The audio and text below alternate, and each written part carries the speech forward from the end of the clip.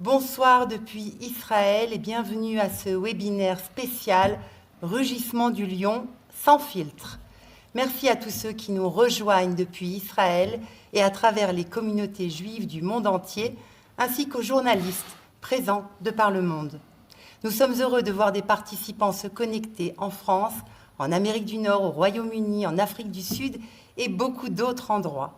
Ce briefing spécial est organisé par le ministère de la Diaspora et de la lutte contre l'antisémitisme en coopération avec le bureau de presse du gouvernement israélien. Notre objectif ce soir est de fournir des mises à jour claires, factuelles et professionnelles sur l'opération Rugissement du lion et de renforcer le lien entre l'État d'Israël et les communautés juives du monde entier en ce moment particulièrement significatif que nous traversons.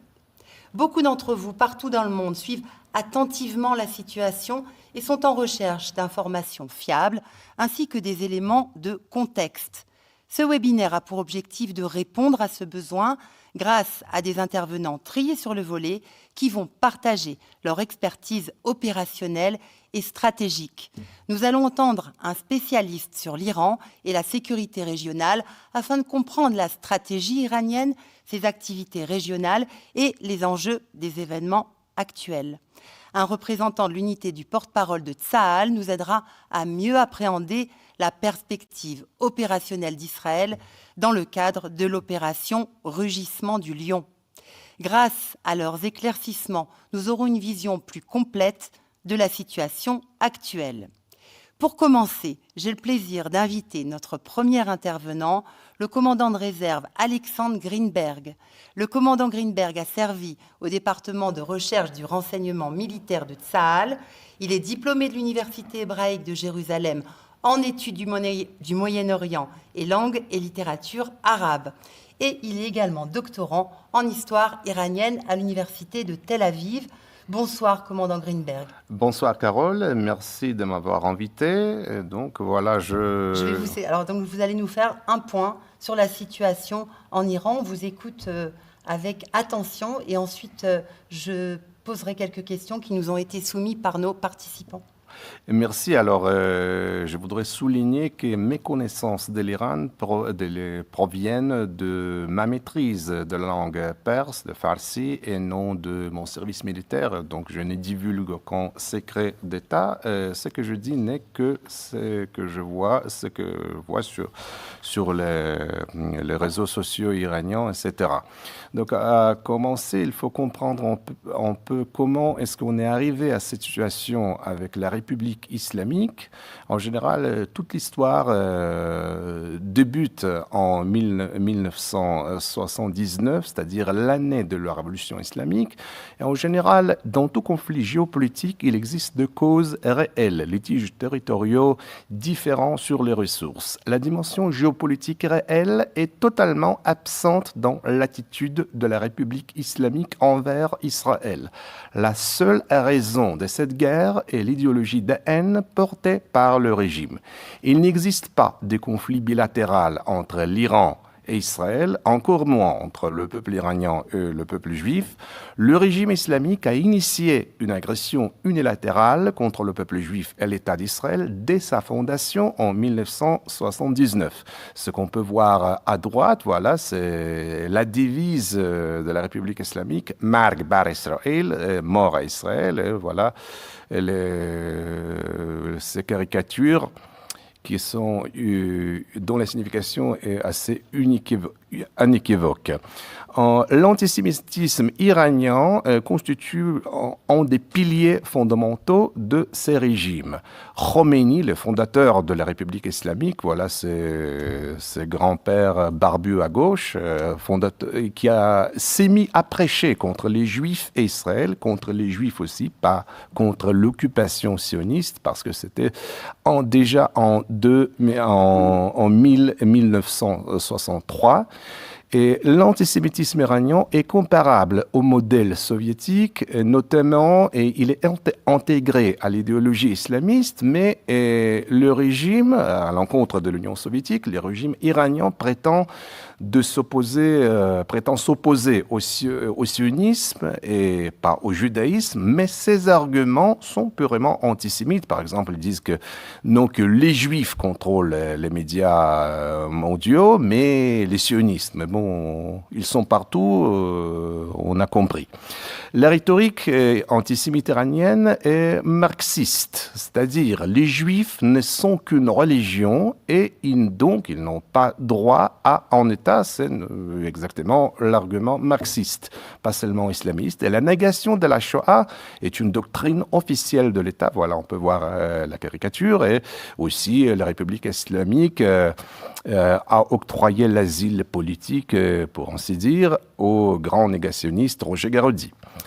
Et terrorisme et agression internationale, il ne s'agit pas que des paroles, mais bien des attentats et des attaques terroristes contre les Juifs ou les Occidentaux et aussi évidemment contre les Arabes. Depuis 1979, le régime est responsable de multiples atrocités et il s'agit de 2 attaques contre les Juifs de Buenos Aires, contre l'ambassade d'Israël et contre la communauté juive, AMIA.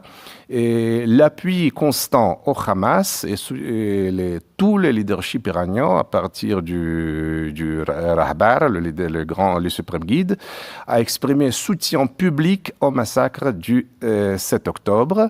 Et bien sûr, le régime constitue une menace principale stratégique sur la sécurité d'Israël, c'est-à-dire des milliers de missiles balistiques et aspirations déclarées à l'arme nucléaire. Et il déclare aussi qu'il faut anéantir Israël. Et bien sûr, la diffusion massive des propagandes antisémites et infiltration en Europe, notamment en France. Et en fait, tous les centres culturels iraniens diffusent propagande antisémite.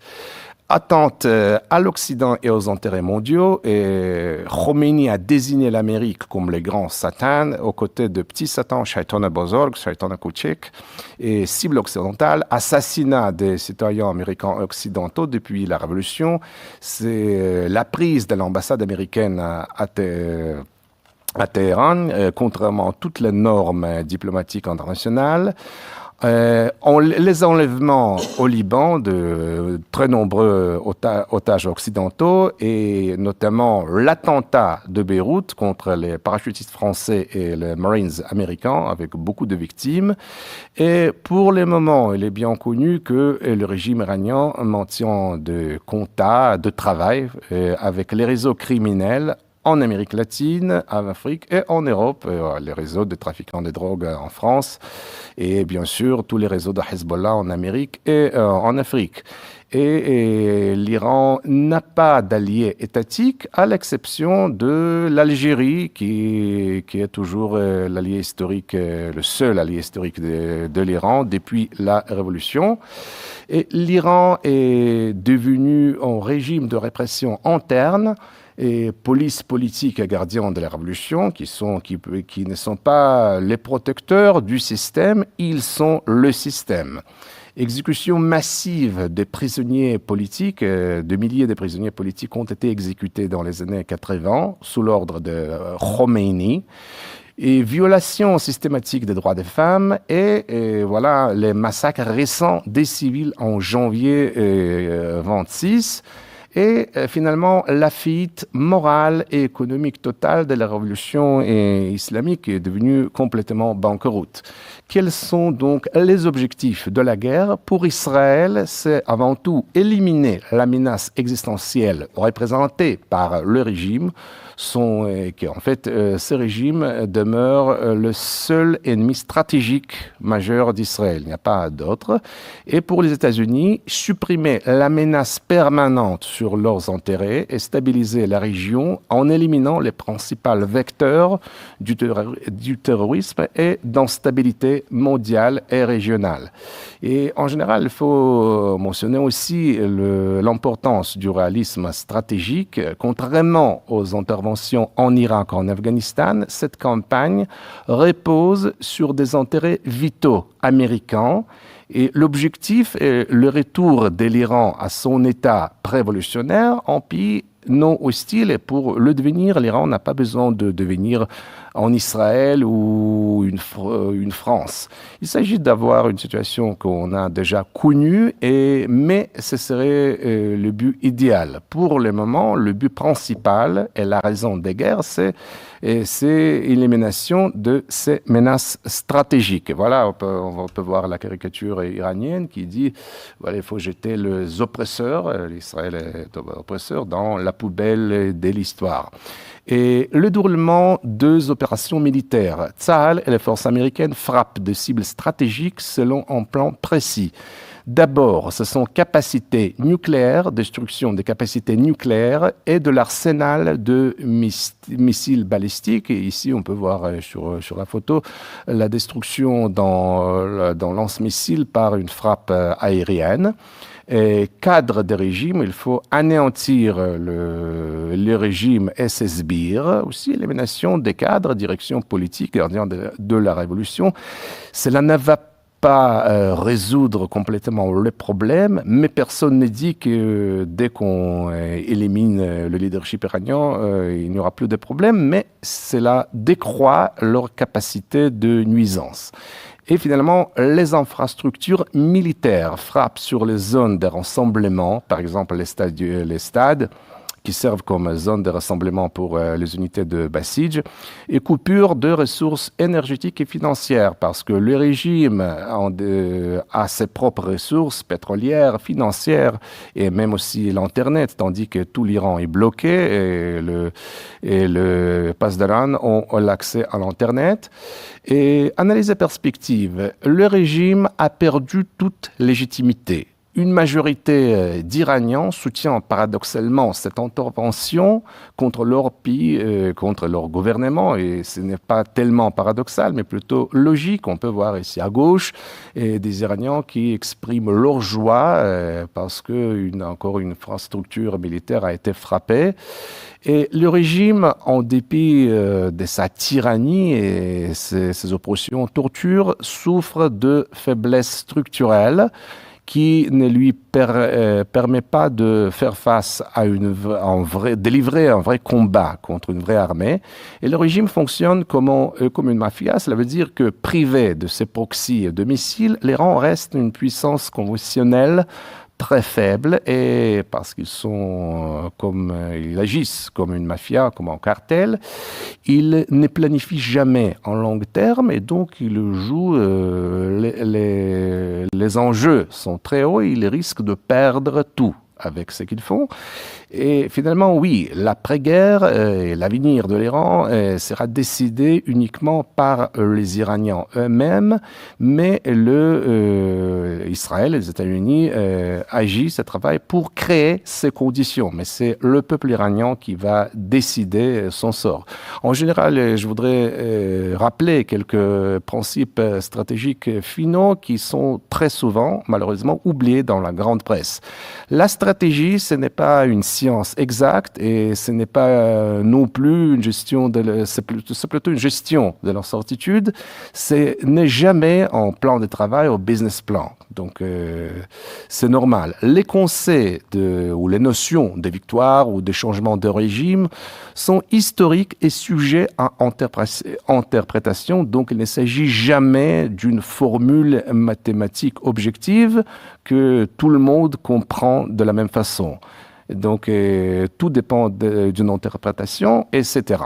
La peur d'une situation future pire, c'est-à-dire on ne sait pas ce que va advenir en Iran, ne doit pas paralyser l'action présente, simplement parce que maintenant, suite à ces massacres des civils, on a du mal à imaginer quelque chose de pire que ces régimes, aussi économiquement parlant.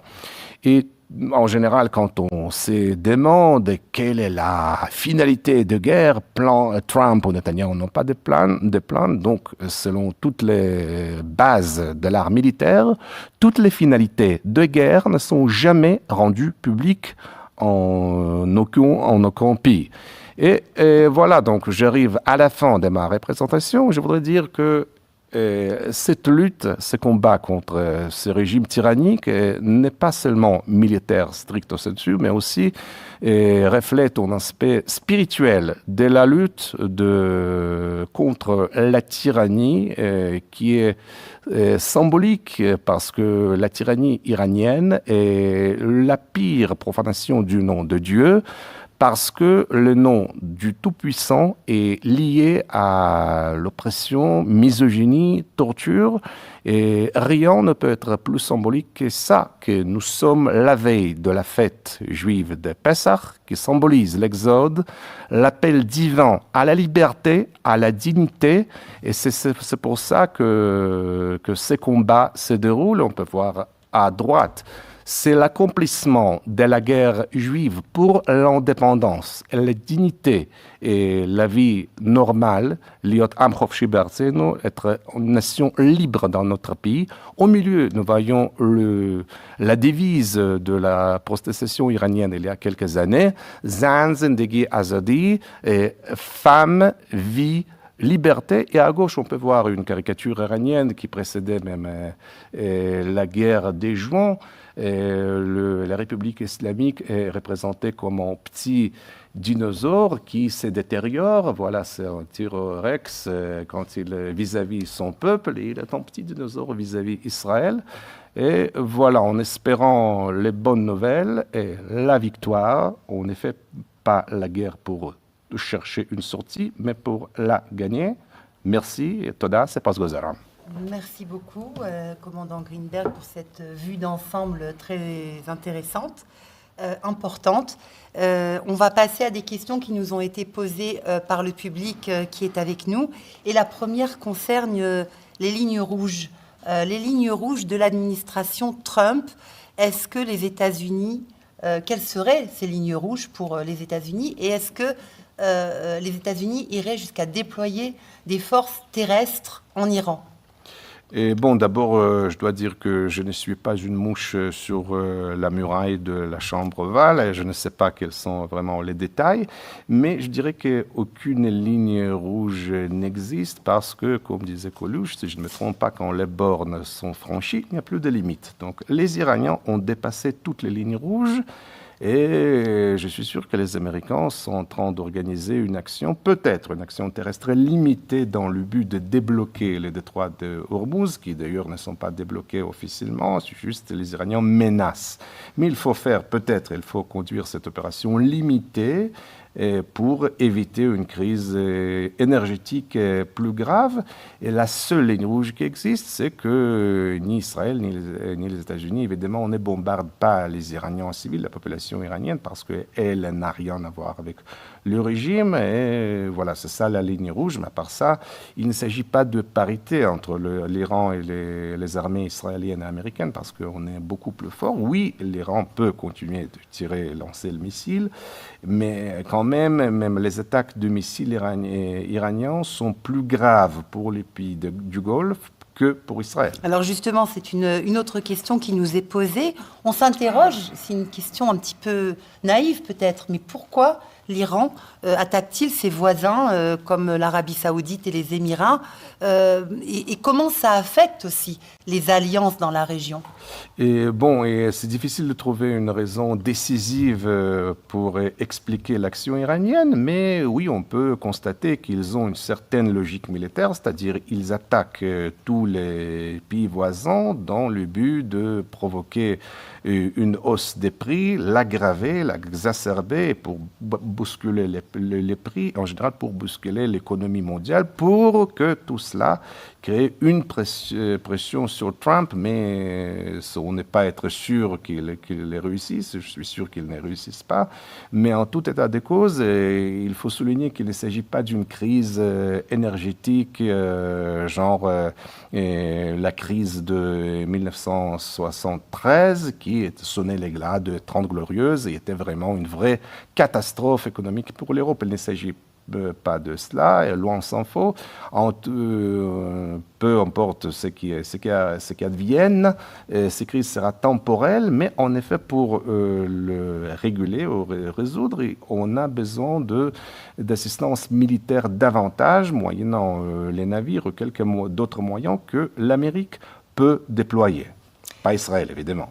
Vous avez parlé tout à l'heure du peuple iranien. Est-ce que ce n'est pas un petit peu la carte joker pour Israël et pour les États-Unis? Qu'est-ce qu'on attend finalement de ce peuple iranien? Est-ce qu'il pourrait être finalement la carte maîtresse qui pourrait complètement faire basculer l'Iran finalement? Et oui, c'est une carte maîtresse parce que selon ce qu'on peut voir, cette joie de très nombreux Iraniens qui sont heureux de voir des frappes militaires israéliennes ou américaines sur leur régime.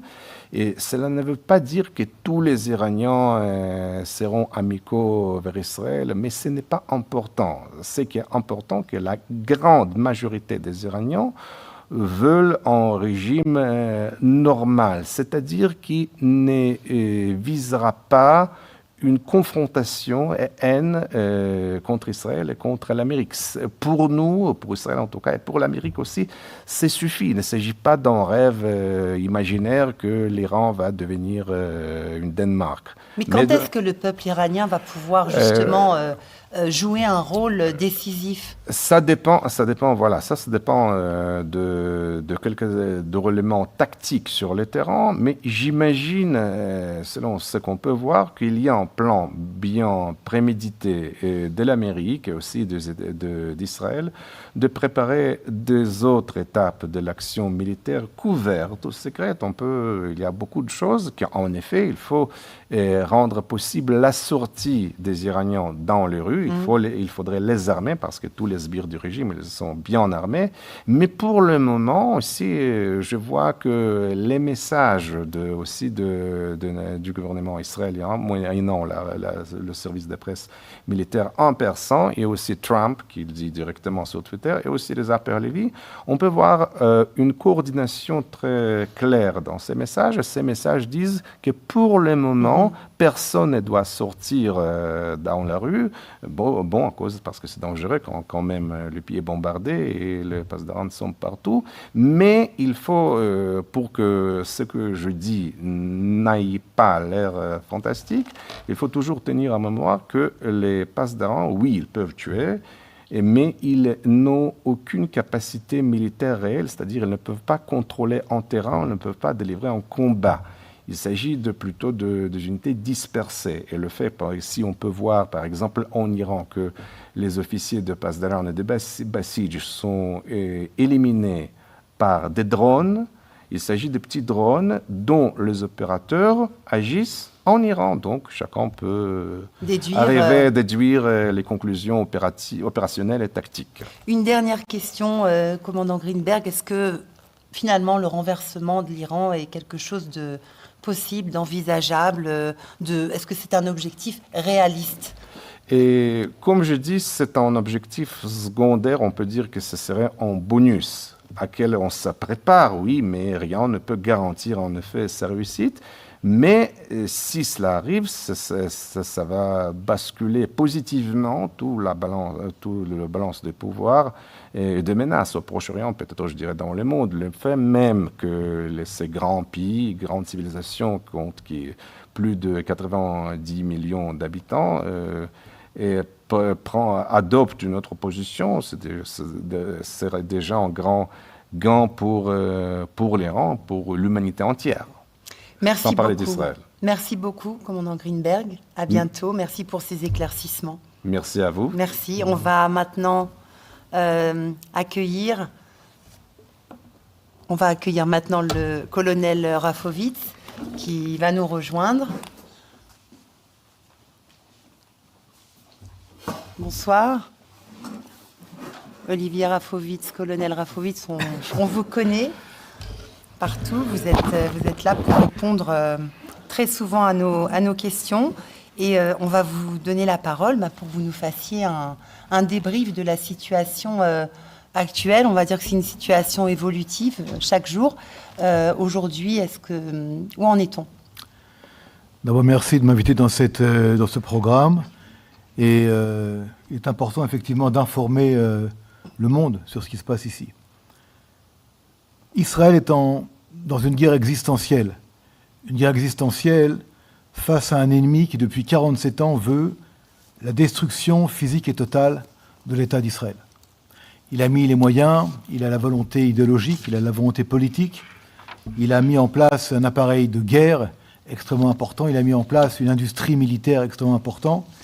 Et il a, dans les dernières années, déjà depuis plus de 20 ans, en secret, en cachette, commencé un programme militaire nucléaire avec la volonté de l'utiliser pour détruire Israël. Dans ce genre de régime, un régime dictatorial de la pire espèce, un régime, on l'a vu en janvier 2026, un régime qui a, en 2-3 jours, assassiné entre 20 et 50 000 personnes, les chiffres ne sont pas très clairs, en tout cas des dizaines de milliers d'Iraniens et d'Iraniennes. Dans ce type de régime, la course à l'obtention de l'arme nucléaire, c'est un moyen central pour sanctuariser le régime. On a des exemples avec la Corée du Nord, par exemple, qui ont obtenu la bombe atomique et qui pensent être des régimes qui vont rester éternellement. Même si ces régimes sont des régimes extrêmement dangereux pour le monde.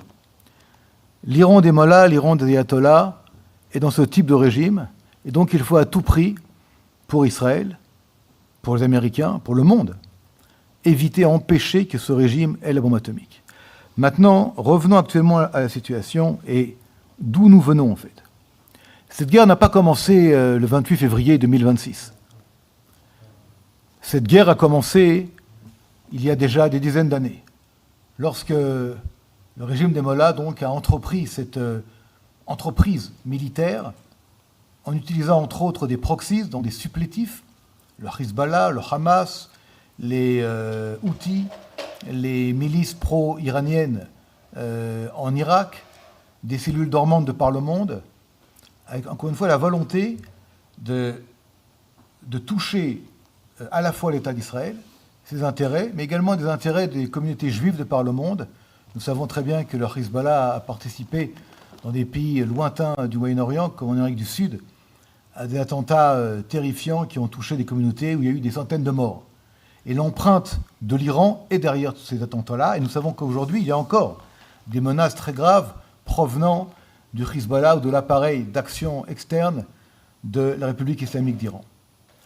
Maintenant, depuis le 7 octobre 2023, nous sommes, nous, en guerre, et je dirais sans aucune, avec beaucoup d'humilité, mais sans aucune exagération, dans une guerre d'amplitude biblique. Parce que les événements qui se passent, et qui se passent à une vitesse extrêmement rapide, remettent en question le Moyen-Orient, remettent en question l'équilibre ou les déséquilibres pour les rendre différents, et font qu'Israël doit absolument trouver la manière et les moyens de faire face à ces menaces. Ce qui a commencé par un massacre le 7 octobre 2023 par le Hamas, un des bras armés de l'Iran, puisque l'Iran fournit chaque année entre 300 et 500, 600 millions de dollars depuis des années au Hamas pour qu'il s'arme contre Israël. Je rappelle qu'il fournit à peu près 1 milliard de dollars au Hezbollah. Nous avons suivi avec beaucoup d'intérêt du renseignement israélien, que ce soit le Mossad ou le renseignement militaire, ce qui se passait à Téhéran et dans ce pays-là. Et nous nous sommes rendus compte que l'Iran, en parallèle du conflit interne qui opposait donc 7 fronts et Israël, l'Iran se préparait à l'obtention entre 9 et 15 bombes atomiques à l'époque de juin 2025.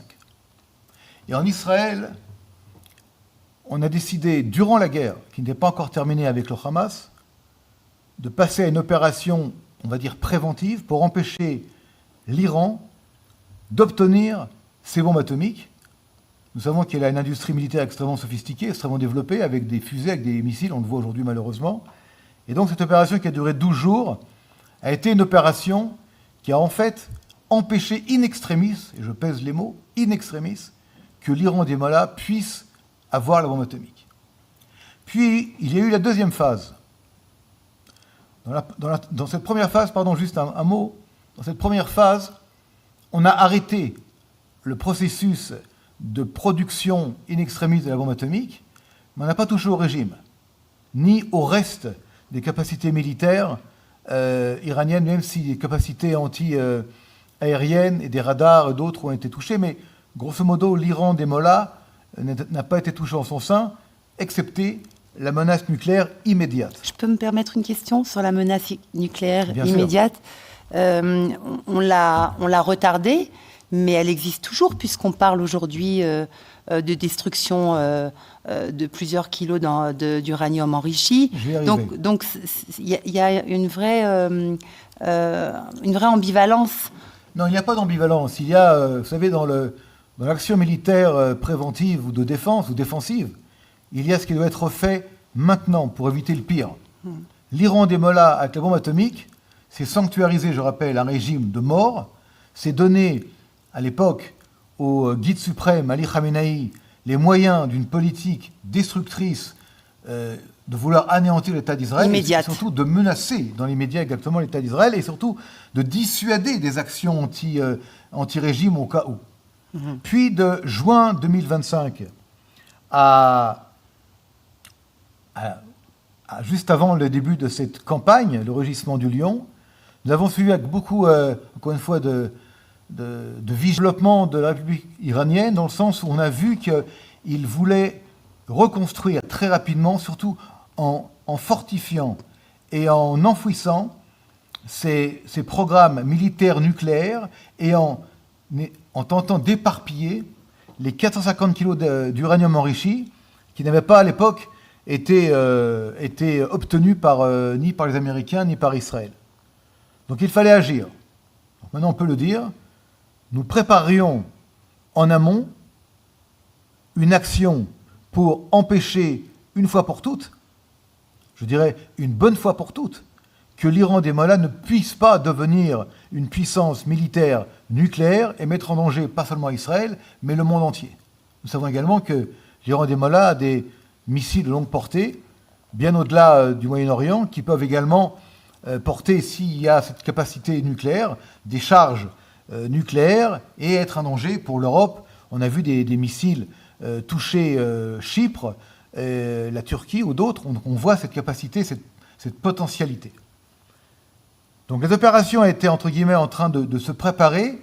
Et puis il y a eu cette révolte populaire des Iraniens et des Iraniennes que je voudrais, par votre biais, saluer pour le courage de ces millions d'Iraniennes et d'Iraniens qui sont sortis pour faire face aux gardiens de la Révolution, pour faire face aux Basiji, qui sont une sorte de police politique de la pire espèce, qui ont tué, massacré dans les rues de Téhéran, d'Ispahan, de Tabriz, des milliers d'hommes et de femmes et d'enfants, qui ont même été dans les hôpitaux assassiner les manifestants qui étaient traités pour leurs blessures. Ils ont fini avec des moyens terrifiants dans les hôpitaux.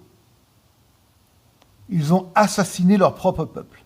Et là, nous nous sommes rendus compte qu'il y avait une urgence dans l'action, parce qu'il se passait quelque chose de très grave en Iran et que le régime, en pensant peut-être perdre un contrôle partiel, pouvait accélérer la course vers l'obtention d'une arme nucléaire et devenir encore plus dangereux que ce qu'il était auparavant.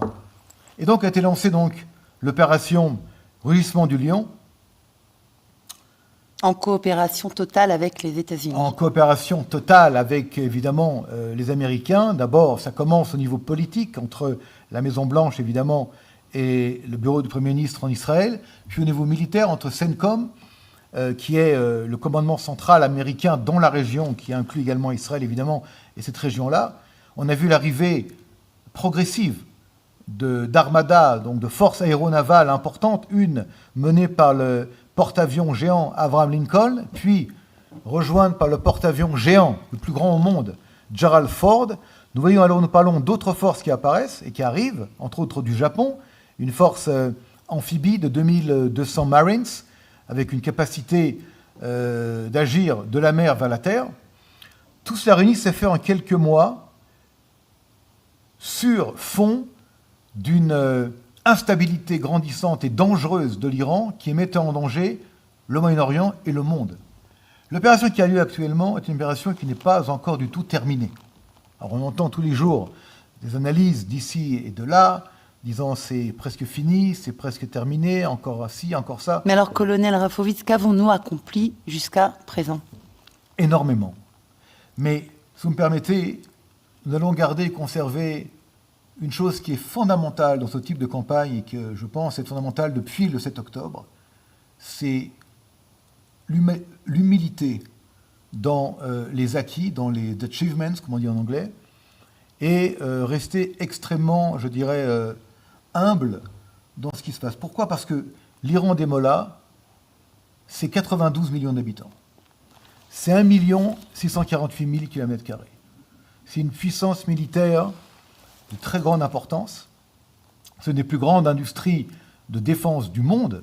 Ils ont une capacité balistique, on le voit. Donc on a détruit, dans un premier temps, tout ce qui est les communications internes entre les centres de commandement et de contrôle et les forces. Évidemment, la frappe principale qui a éliminé le guide suprême, Ali Khamenei, avec 46 autres dignitaires. Depuis, on a éliminé hier, et on a publié d'ailleurs, les 2 derniers grands chefs du renseignement militaire iranien. Il y en a d'autres, effectivement. On touche graduellement, de plus en plus, les fondements du régime des mollahs, en touchant à la fois les forces de la police politique, j'appelle ça les bassiges, qui sont 2 millions, 2 millions dans ce pays, et également les gardiens de la révolution. On touche aussi les radars. Quelque part, je pourrais vous dire, à votre question, je répondrai en une phrase, on a presque rendu l'Iran aveugle. C'est-à-dire que l'Iran, aujourd'hui, ne sait pas encore vraiment ce qui se passe.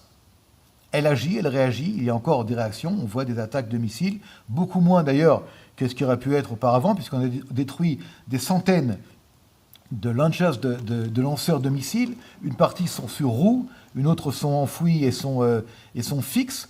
On a touché des centaines et des centaines de missiles balistiques, de moyenne, de longue et de longue portée. On a touché depuis quelques jours principalement l'industrie aérospatiale et satellitaire du régime des mollahs. Mais il y a encore d'autres éléments. Pourquoi? Parce que dans ce pays-là gigantesque, encore je répète, ce régime, pour se sanctuariser, en pensant que la force et la crainte le feraient rester indéfiniment, a tout fait pour déplacer, pour éparpiller ses armes, ses munitions, ses systèmes d'attaque, pour essayer en fait de compliquer des attaques, comme c'est le cas aujourd'hui. Il y a aussi, si vous me permettez, au-delà de tout cela, une guerre informationnelle. C'est-à-dire que ce n'est pas nouveau qu'aujourd'hui, l'Iran des mollahs, avec ses proxies et des alliés, parfois étranges, essaye de vendre, de promouvoir une position du régime des mollahs comme si, en fait, ce qui se passait n'était pas si grave que cela. Donc nous sommes face à un narratif d'un pays qui ment depuis des années, qui mentait depuis des années à l'Agence internationale pour le contrôle de l'énergie atomique, qui mentait au monde entier. C'est un pays qui est un pays voyou. Tout à l'heure, j'entendais le commandant Greenberg. C'est un pays mafieux. Il faut savoir que Ali Khamenei a laissé à ses enfants un petit héritage de près de 200 milliards de dollars. Cet argent, évidemment, a été volé dans les caisses, dans les caisses de leur banque à eux, mais il a été volé au peuple iranien. Et il y a un système, en fait, qui est fondé sur le vol, sur la mort, sur le contrôle du pétrole par les gardiens de la révolution pour assurer à ce pays-là une sorte de continuation. D'ailleurs, quel est aujourd'hui le but de l'Iran, aujourd'hui des mollahs? C'est pas de gagner. Le but est de rester au pouvoir à tout prix. Ils n'ont aucun problème d'avoir des morts, d'avoir des blessés, d'avoir des destructions. Ils veulent rester à tout prix au pouvoir. On se dit qu'ils sont un peu suicidaires, puisqu'ils savent très bien que la fin est proche, face à une puissance comme les États-Unis, à des alliés qui sont de plus en plus nombreux, à Israël qui est ultra performant. Est-ce qu'à un moment donné, c'est justement une idéologie religieuse qui a l'air de gouverner plutôt que... parce que concrètement, de manière rationnelle, quelle est l'issue pour eux? L'issue pour eux, encore une fois, je répète, c'est de tout faire pour rester au pouvoir. Et dans ce cadre-là, ils ont compris que dans leur intérêt à eux, pour rester au pouvoir, j'entends, ils sont passés d'une guerre, on va dire, conventionnelle, à surtout une guerre économique sur le pétrole, pour faire pression sur les pays en Europe, les pays du Golfe, évidemment, les Américains, pour qu'il y ait un sursaut d'une opinion publique internationale. Elle commence à avoir lieu, d'ailleurs. Qui n'aime pas du tout ce régime, Ouais. mais qui ne veut pas payer. Plus cher à la pompe.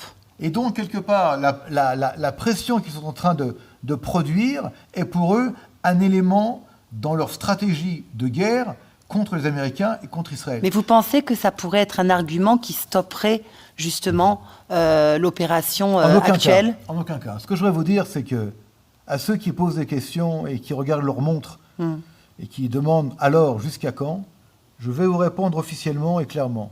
Mes chers amis et ceux qui écoutent, Israël n'a pas de chronomètre. Surtout pas face à cette menace existentielle.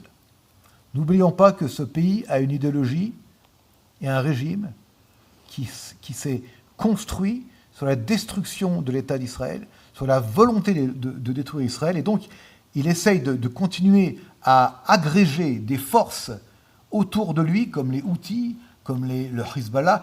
Prenons le Hezbollah, si vous me permettez. Oui, parlons-en. Le Hezbollah, qui veut dire en arabe le parti de Dieu, est en fait le parti de Téhéran.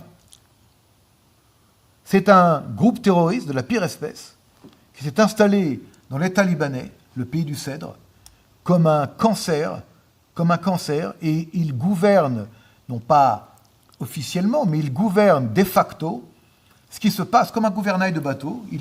Il mène le Liban dans des aventures militaires guerrières dramatiques en attaquant Israël au nom de l'intérêt iranien et en aucun cas au nom de l'intérêt libanais. Et les Libanais souffrent de cela.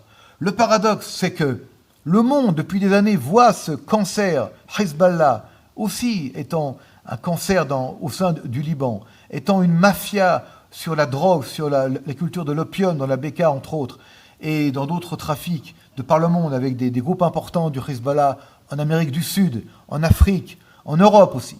Nous voyons cette pieuvre, en tout cas, ces bras de la pieuvre, puisque la tête de la pieuvre est à Téhéran. Nous voyons les bras de la pieuvre continuer à attaquer Israël au nom de l'intérêt iranien contre l'intérêt du Liban.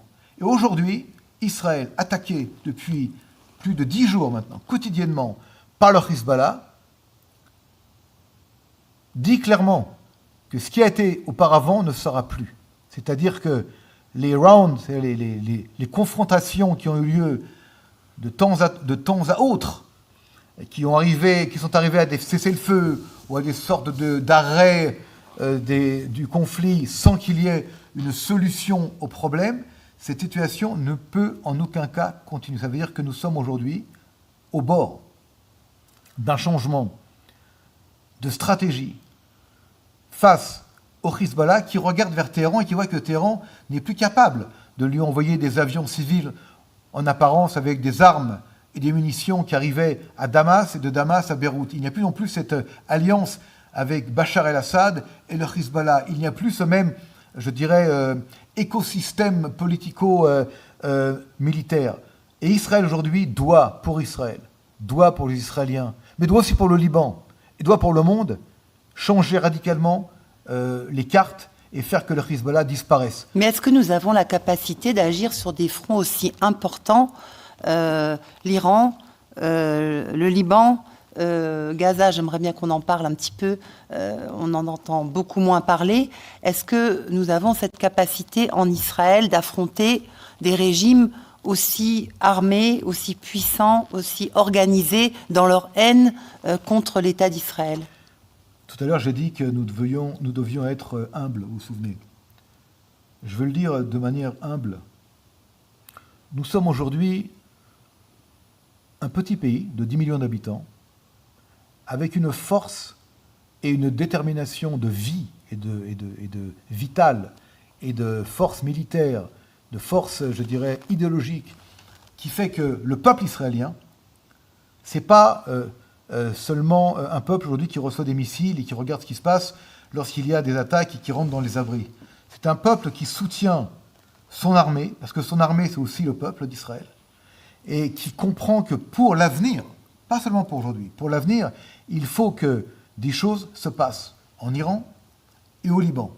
Il faut espérer que des pays en Europe comprennent, comprennent et acceptent que cette situation est pour nous intolérable. Heureusement, nous avons un allié, je dirais, formidable, un allié qui est avec nous dans une alliance d'acier, d'airain, comme on dit, les États-Unis d'Amérique, un président américain qui est avec nous dans cette optique d'action contre des ennemis qui sont des ennemis également du monde libre. Il faut savoir que ces gens-là veulent la fin du monde libre.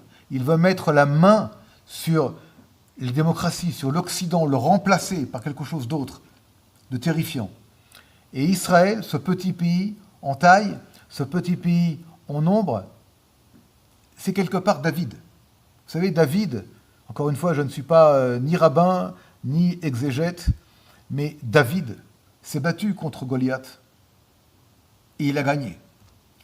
Et nous sommes aujourd'hui David. D'ailleurs, nous avons toujours été David. Certains l'ont oublié, mais David a toujours gagné. Et nous voulons revenir à une situation où David ne devrait pas se battre, mais plutôt aller éduquer ses enfants ou développer son pays et faire que la science, la technologie, l'agriculture croissent en Israël et soient partagées avec nos voisins qui nous regardent également avec beaucoup d'intérêt.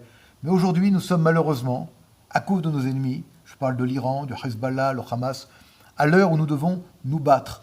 Et si vous me permettez, on va devoir conclure bientôt. Je conclus. Je voudrais un petit mot sur Gaza. Pardon. Un petit mot sur Gaza. Gaza, c'est la même chose. Où en sommes-nous ? Nous en sommes où nous contrôlons aujourd'hui 54% de la bande de Gaza. Le Hamas est toujours présent. Mais le Hamas comprend qu'aujourd'hui, sa marge de manœuvre est réduite et il doit faire très attention à ses prochains pas. Il est hors de question pour nous, Israéliens, et de ça évidemment, de laisser le Hamas entre 30 et 35 000 personnes armées, toujours présents dans la bande de Gaza. Il va falloir, comme avec le Hezbollah, désarmer le Hamas pour que les Gazaouis puissent vivre normalement et puissent avoir une vie sans guerre et sans conflit. Même chose pour le Liban. Mais tant que le Hamas ne sera pas désarmé, tant que le Hezbollah ne sera pas désarmé, ce sera le chaos au Liban et le chaos à Gaza. Donc finalement, vous nous dites que avec cette opération, nous aidons finalement les populations iraniennes, libanaises et à terme peut-être gazaouis pour les libérer de cette oppression islamiste et complètement antidémocratique qui règne. Je dis que cette opération, qui est en fait une guerre de libération pour les Iraniens si le peuple iranien, nous espérons en Israël, saura prendre, je dirais, cette situation à bras-le-corps. Ils attendent notre signal pour le faire ? Libérer. Je ne veux pas parler en aucun cas au nom du peuple iranien, mais je pense que c'est un grand peuple, un peuple plurimillénaire avec une histoire extraordinaire, et ce peuple a le droit de vivre libre et de revenir enfin à un régime où on donne le droit aux femmes de parler, de discuter, on donne le droit aux homosexuels d'être libres, on donne le droit aux opposants d'être des opposants libres, et que ce régime de mort cesse. Merci beaucoup, colonel Rafovitz. Merci à vous. Merci beaucoup. Merci à nos intervenants pour ces briefings éclairants. Nous espérons que vous avez reçu les informations et précisions espérées sur l'opération Rugissement du Lion. Nous vous souhaitons une excellente soirée. À très bientôt.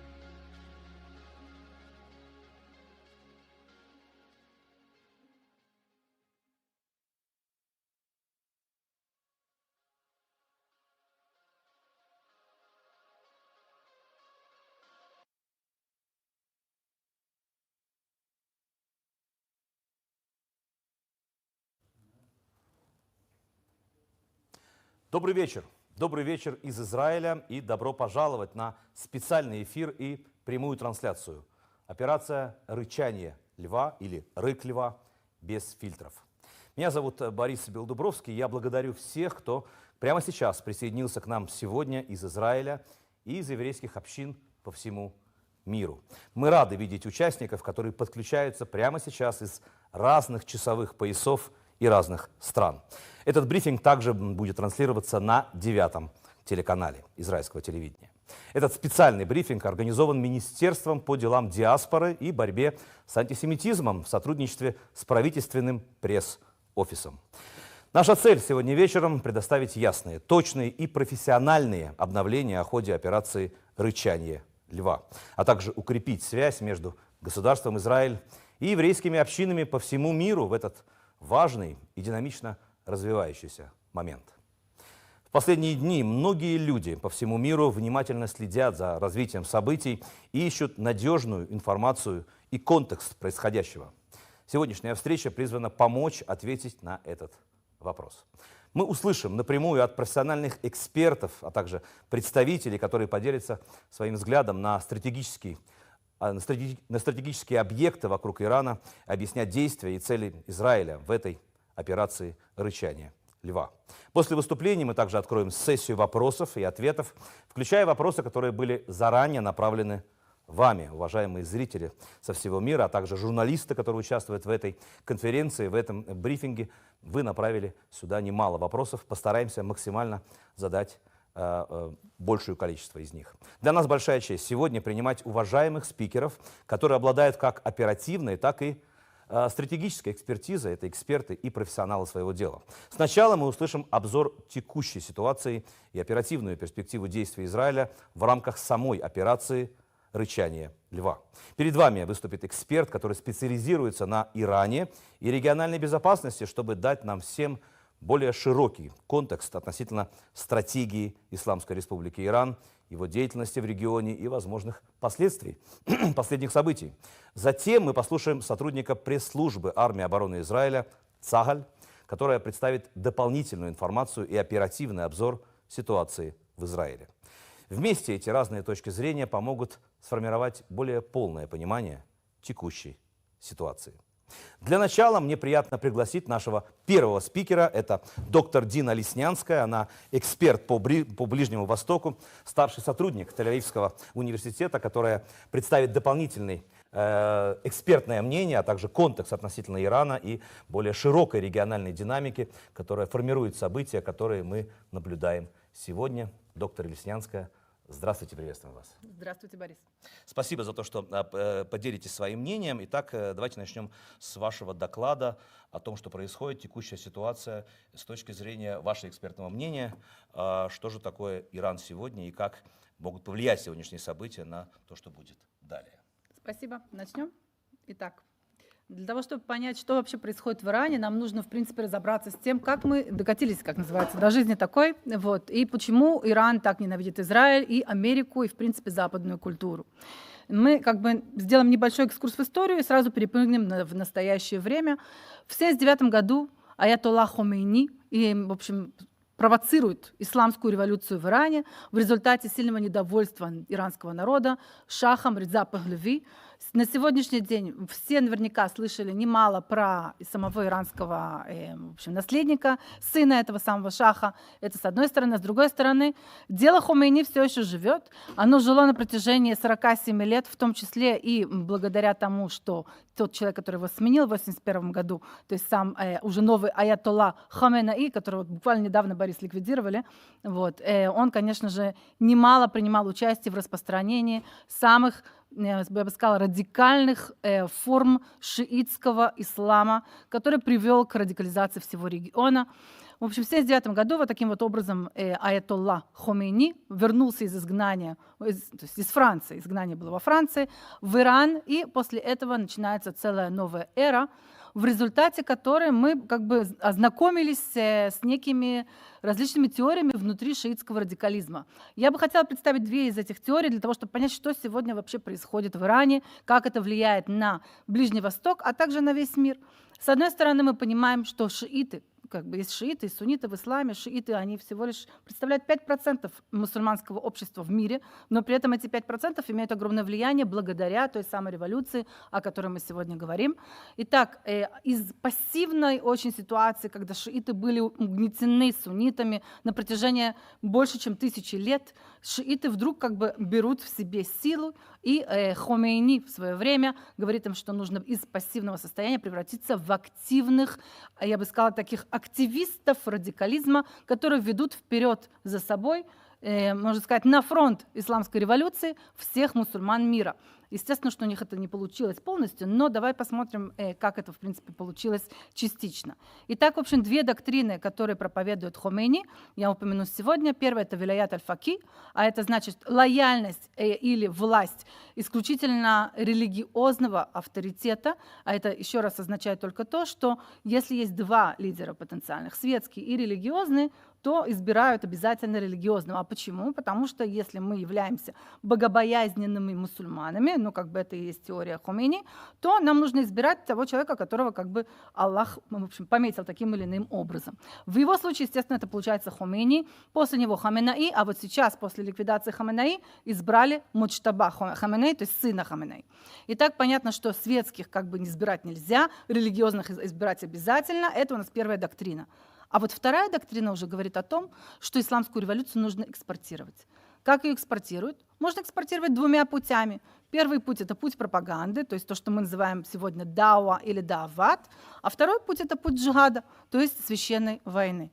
И, в общем, ситуация приводит к тому, что начинает образовываться целая ось шиитских, проиранских различных прокси. Мы прекрасно видим сейчас, вот вы можете увидеть сами на карте, мы видим, как Иран создает некое огненное кольцо вокруг Израиля и, в принципе, вокруг и суннитских стран тоже, на северной части Ближнего Востока. Мы видим, как Хизбалла, это в общем, первая милиция, так называемая вооруженная милиция, которую Иран ставит как своих ставленников в Ливане, в надежде на то, что как бы их посланник Фадлалла в свое время создаст такую же исламскую республику, как в Иране, на этот раз в Ливане. Но этого недостаточно, потому что, как мы видим прекрасно по географии, Иран от Ливана достаточно далеко. Между ними есть еще два государства – Ирак и, конечно же, Сирия. В Ираке большинство, как бы демографически так уж устроено, 60-70% это шииты. Поэтому проблем, казалось бы, не должно быть. Но до 2003 года, естественно, в Ираке был у власти Саддам Хусейн с его суннитской элитой.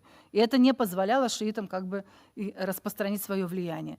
После 2003 года, после войны США в Ираке, мы уже видим другую картину. И начиная с 2006 года Иран начинает строить свои как бы новые прокси уже внутри Ирака. Это то, что мы сегодня называем шиитскими милициями, то есть шиитскими вооруженными силами, таких как Хашид аш-Шааби и различные другие. Вот. А где же у нас Сирия?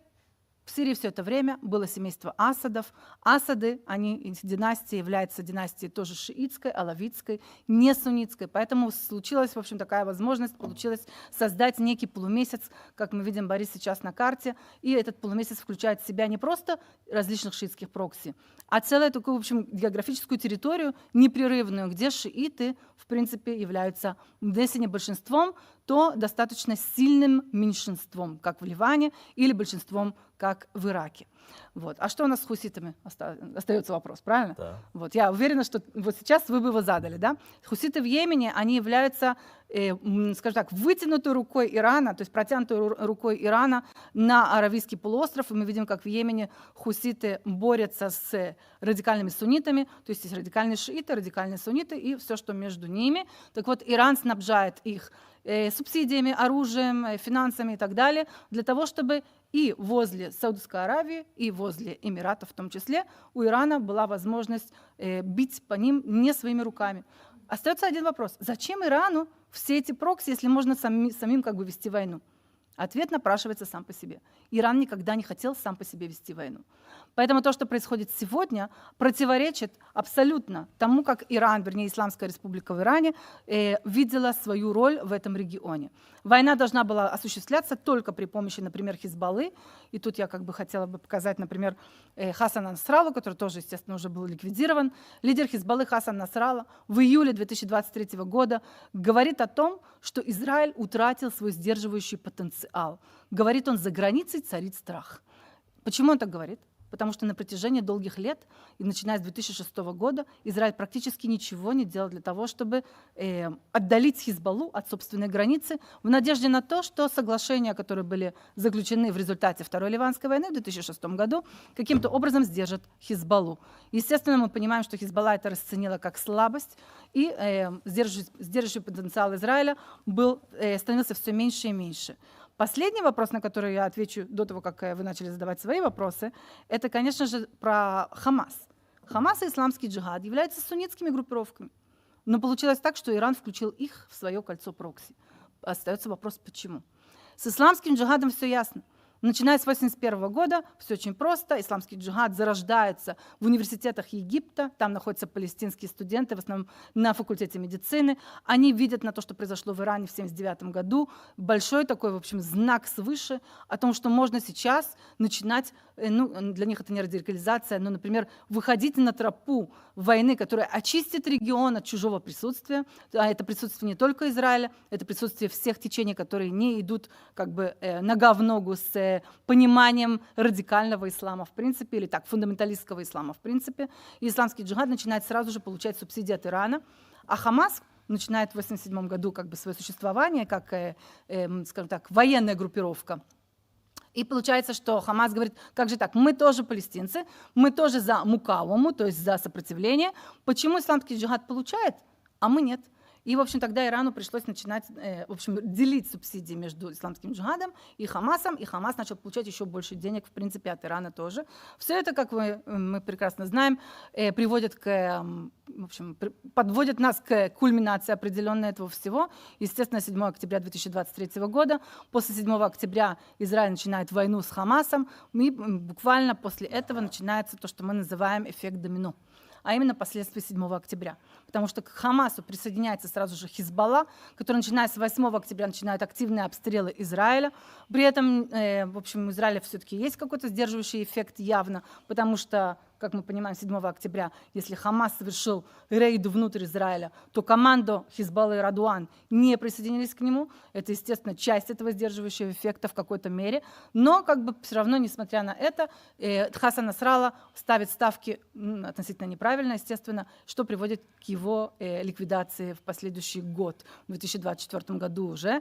И самое интересное происходит в конце 2024 года, а именно 8 декабря падает режим Асада.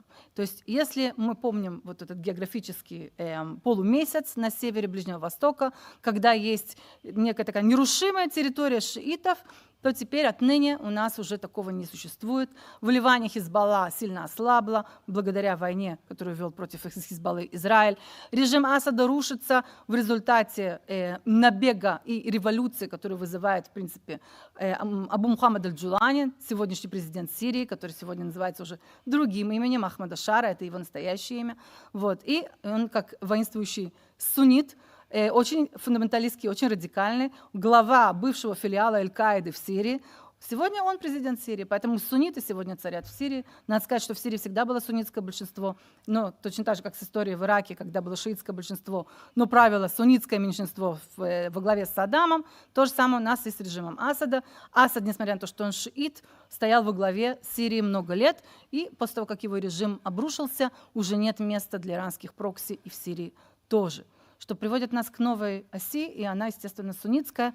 О ней мы, наверное, сегодня говорить не будем долго, но я только упомяну, что сегодняшняя суннитская ось включает в себя Турцию, включает в себя Катар и включает в себя другие различные страны. Это на самом деле две оси. Одна такая про-братья-мусульмане, другая анти-братья-мусульмане, но это уже как бы следующий этап, о котором мы поговорим, может быть, в следующий раз. А на сегодняшний день война с Ираном полностью меняет баланс в регионе. Не только потому, что сунниты начинают получать больше сил, а в том числе и потому, что полностью меняется карта угроз, которая сегодня существует на Ближнем Востоке. Во-первых, в июне, за 12 дней войны, а потом уже сейчас, во время нынешней войны, потихонечку начинает убывать сила аятол, режим аятол, и сила ксир, которые, в принципе, являются главным оружием в руках аятол. И, как мы прекрасно понимаем, даже нынешняя война, она все-таки достаточно ограниченная война. 47 лет распространения ксир во всех гражданских и военных структурах, они не проходят за несколько недель, нужно понимать это тоже. Однако же ликвидация Хаменеи, ликвидация многих из верхушки ксир приводит к тому, что Иран ослабевает все больше и больше, и это приводит нас к, наверное, последним, в общем, таким вопросам глобальным, а именно, что у нас является сегодня потенциальной угрозой. Да, вот на самом деле я хотел остановиться на Хаменеи, и вот вопросы, которые нам прислали, очень много вопросов сегодня прислали, но мы зачитаем только главные из них. Я полагаю, что первые три уж точно сегодня задают каждый из нас эти вопросы с точки зрения того, что происходит, и главное, что будет дальше. Ведь сейчас уже более 2 недель длится операция «Рычание льва», и Америка, и Израиль, конечно же, ведут эту операцию. Но вот вы говорили о Али Хаменеи, и сегодня одна из самых интересных, наверное, тем — это вообще понимание того, что происходит. Меняется Ближний Восток, исторический период, и для вас, исследователей, конечно, это очень важный, наверное, период, который будет потом обучаться и в учебниках школьников и студентов. Но вот первый вопрос касается, конечно же, устранения или ликвидации верховного лидера Али Хаменеи. Какие последствия смерти верховного лидера Хаменеи и других высокопоставленных руководителей, 40 человек за 1 минуту, для стабильности этого режима, вообще падения режима? Самый основной вопрос: может ли нынешняя война привести к падению режима изнутри, или наоборот, она все-таки консолидирует иранское общество вокруг него? Вообще тема падения режима, насколько она, по-вашему, самая важная, конструктивная и вообще решающая в этой истории? Я думаю, что это главная тема, о которой мы можем сегодня говорить, потому что главная цель этой войны — это ослабить режим аятол для того, чтобы позволить иранцам самим создать новое общество, новое правительство и таким образом устранить эту угрозу для самих себя в первую очередь. Проблема ведь не только в том, что иранский режим представляет угрозу для Израиля или для других различных, кстати, еврейских общин за границей. Сейчас огромное количество терактов против них постоянно планируется, иногда у них получается, иногда нет, со стороны КСИР, со стороны Ирана. Это часть стратегии. Это часть стратегии. Это часть стратегии. Это иногда, Борис, это часть тактики для того, чтобы достаточно сильно напугать. Террор все-таки это это и есть его главная цель. Вот. Но мы, если говорим о режиме, этот режим может пасть. Естественно, он не будет падать так быстро. 47 лет, еще раз повторюсь, 47 лет врастания в структуры, как гражданские, так и военные, не проходят за несколько недель. Тут придется много работать. Это действительно скрупулезная работа, которую мы начинаем сейчас. Мы, это Израиль и США, но иранскому народу придется продолжать это, может быть, не самим, может быть, с помощью. Но я не считаю, что за несколько недель режим может прям взять и пасть. Вот давайте... Однако же, я могу сказать, что есть очень хорошая перспектива на ближайший год, например. На ближайший год. Да. Вот, если можно расширить этот вопрос, потому что люди задаются вопросом о том, что происходит внутри самого Ирана. Насколько иранское общество разделено сегодня? Сколько людей поддерживают режим аятол? Сколько из них зависит от него? Потому что нам говорят, что или только наземная операция может разрешить вопрос. Революции не делаются с точки зрения внешних факторов. Только, как вы говорите, только иранцы сами могут к этому прийти. Пока что 2 недели, чуть больше, мы на самом деле не видим возобновления протеста, беспорядков, всего этого. Или это еще рано для этого? Вот дайте нам немножко какие-то цифры из того, что происходит внутри иранского общества. Конечно. С точки зрения поддержки режима. Проблема в том, что моментум начала этой войны, он был немножко утерян. Когда были самые большие протесты в декабре, в январе, в начале января особенно, в Иране, тут десятки тысяч людей выходили на улицы, в какой-то момент сотни тысяч людей вышли на улицы, им надо было помочь тогда. Понятно, что обстоятельства, может быть, этого не позволяли с точки зрения США и так далее, но тут обстоятельства сегодняшние, они уже другие. Больше 30 тысяч человек было убито иранским режимом. Это серьезный психологический фактор, который нужно принимать во внимание. Еще десятки тысяч были заключены в тюрьмы, и там их сейчас просто продолжают убивать, истязают их ужасно до этого. То есть тут психологический фактор, который мы должны принимать во внимание обязательно. Однако же, вот эти несколько недель, они могут сильно поменять вообще, в принципе, понимание того в Иране, как можно все-таки привести к смене режима, к смене правительства. Я думаю, что в какой-то момент это превратится в некий триггер. Спасибо большое. Теперь вопрос, который тоже касается, скажем так, волнует многих сегодня, это то, что происходит в этой войне, которая уже давно превратилась в региональную. Не знаю, ожидал ли это сам Дональд Трамп и наша страна. 8 стран Персидского залива участвуют в ней, 12 стран вообще. И вот почему атакует Иран своих соседей? Ведь это его его соседи, его, скажем так, ну, по крайней мере, по религии, мусульманские страны, с которыми он сотрудничал, с которыми он дружил, и дипломатические отношения, и как все это влияет на региональные альянсы, экономику мира, в общем. Насчет дружил — это большое слово. Я могу сразу сказать, что между Саудовской Аравией и, например, Эмиратами, и между Ираном на протяжении нескольких десятилетий длилась холодная война. Вот. Эта холодная война, она была настолько серьезной, что Иран при помощи прокси, еще раз, хуситов, воевал против Саудовской Аравии. Я напомню, что в 2015 году он атаковал, например, Арамку. То есть это самое важное, что вообще есть Саудовская В этом Аравия. смысле религиозная принадлежность, сунниты против шиитов, или, опять же, территориальные, борьба за власть? Могу сказать, что тут играет роль и идеологическая, сунниты против шиитов, там серьезные очень разногласия между ваххабитами в Саудовской Аравии и между шиитами в Иране. С другой стороны, есть еще дополнительное разногласие. Мы говорим всегда про примордиальные конфликты в нашем регионе. Так первый — это шиитско-суннитский конфликт, второй — это арабы и персы. Это два разных народа с разными культурами. Больше того, они воюют друг с другом на протяжении огромного количества лет. При этом они умеют и дружить тоже. Это то, что называется квантовая политика, когда мы можем одновременно и воевать, и дружить. Итак, до 2023 года между Саудовской Аравией и Ираном дипломатические отношения сильно обострены. После 2023 года уже речь идет немножко о другом. Поэтому Саудовская Аравия не сильно горела желанием не то, что входить в эту войну, а даже то, чтобы втягивали Иран в эту войну изначально. Поэтому нужно сказать тут следующее. Во-первых, эти страны во многом боятся Ирана. Они прекрасно понимают, что Иран является настоящим врагом для них, настоящим соперником для них и даже конкурентом в плане экономическом. Ведь мы говорим о нефти, конечно же. Поэтому тут ситуация такая. Говорят, что Восток — это дело тонкое, Ближний Восток еще тоньше. Вот. В этом плане мы должны понимать, что эти государства, они не будут просто так ввязываться в войну. Больше того, даже Эмираты, после того, как они уже ударили по различным объектам стратегическим в Иране, они сказали: мы ничего не делали, мы не в теме вообще. При этом всем понимая, что все знают. Но тут очень важно сказать дипломатически то, что хотят услышать. Но все-таки хочется расширить еще немножко эту тему. Вот почему именно атака на эти персидские страны случилась? Считаете ли вы, что все-таки, как говорят разные, кстати говоря, люди в Иране сегодня, что это только американские базы, раз оттуда на нас стреляют, поэтому мы атакуем только их, ничего против соседей не имеем?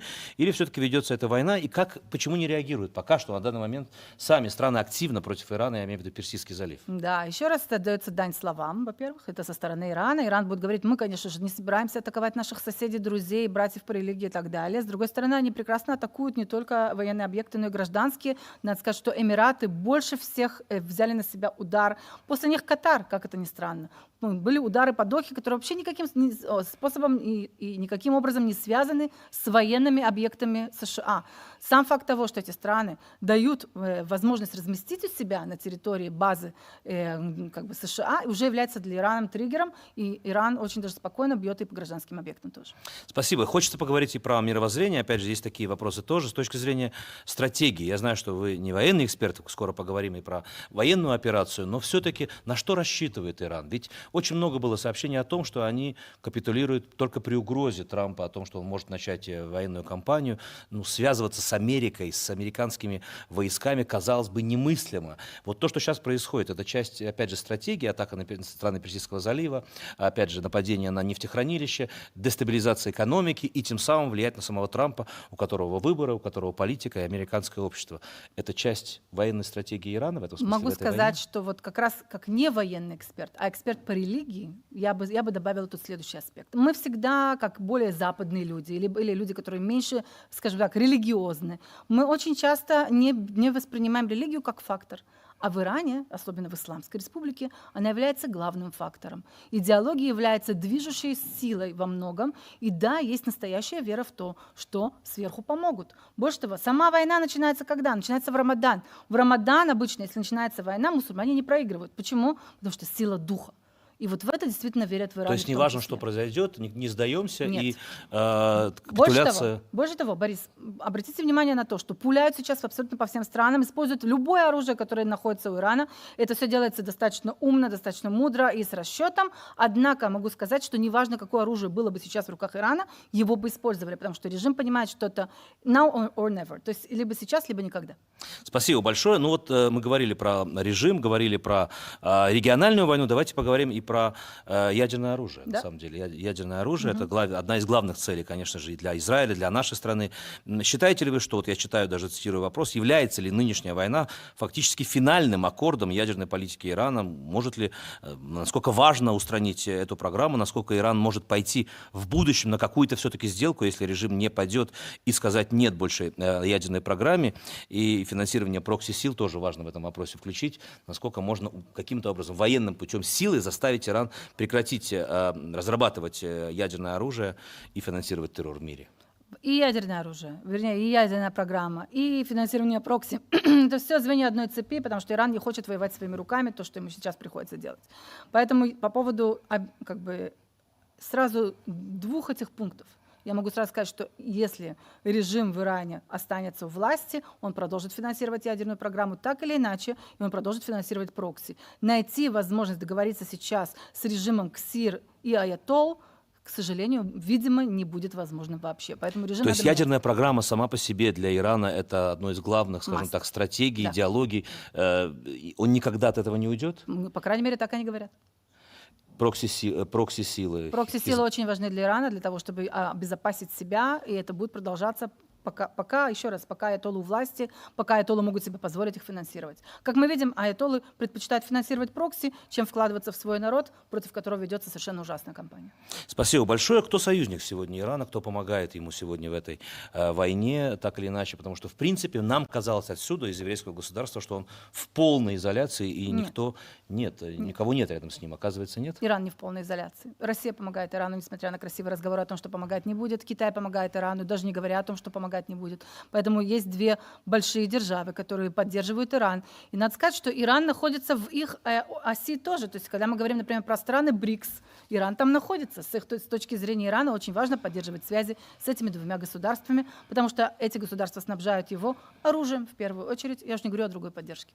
Спасибо большое. Надеюсь, что нас смотрят немало людей, которые получают очень важную, интересную, экспертную информацию. Иногда ее сложно найти из каких-либо источников. Ваше мнение очень важно, оно было услышано. Доктор Дина Леснянская. Спасибо, Борис. Арабист, Тель-Авивский университет. Спасибо вам огромное, что посвятили еврейским общинам всего мира, да и Израилю, а также журналистам, которые смотрят нас сейчас по всему миру, немало своего мнения. Спасибо большое.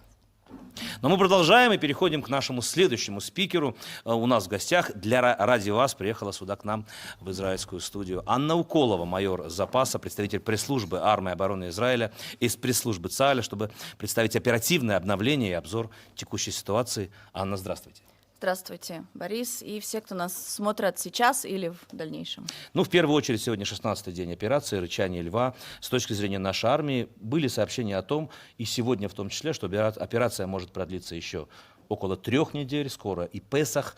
Израильтяне, конечно, в этой напряженной ситуации находятся более 2 недель. Очень сложно, на самом деле, с этими сиренами, обстрелами. Как ЦААль представляет себе дальнейшие цели, картинку победы, длительность этой операции? Насчет времени операции, это, наверное, нет смысла прогнозировать, потому что это зависит от очень многих факторов, в том числе от того, как дальше себя будут вести КСИР и Исламская Республика, режим Аятолл. Я думаю, что здесь важно сказать, наверное, один самый важный момент здесь, что цель израильской армии, вот как она была на протяжении уже почти последних 80 лет, так она и остается. Наша основная цель во всех действиях — это защита и безопасность Израиля и граждан Израиля. И это, в принципе, происходит на протяжении всех военных операций, которые мы проводим. То есть те действия, которые мы проводим на территории Ирана, это как бы превентивные действия, это превентивная операция, потому что Иран является угрозой для Израиля, и, в принципе, как мы это видим сегодня, не только для Израиля. Очень важно также добавить, вот в продолжение того, что Дина Леснянская нам сказала, наше противостояние с Ираном началось не 28 февраля 2026 года, и оно даже не началось не в июне 25 года, оно началось в тот момент, когда режим Аятолл пришел к власти, когда была революция, когда они избрали для себя очень важной целью уничтожение Израиля.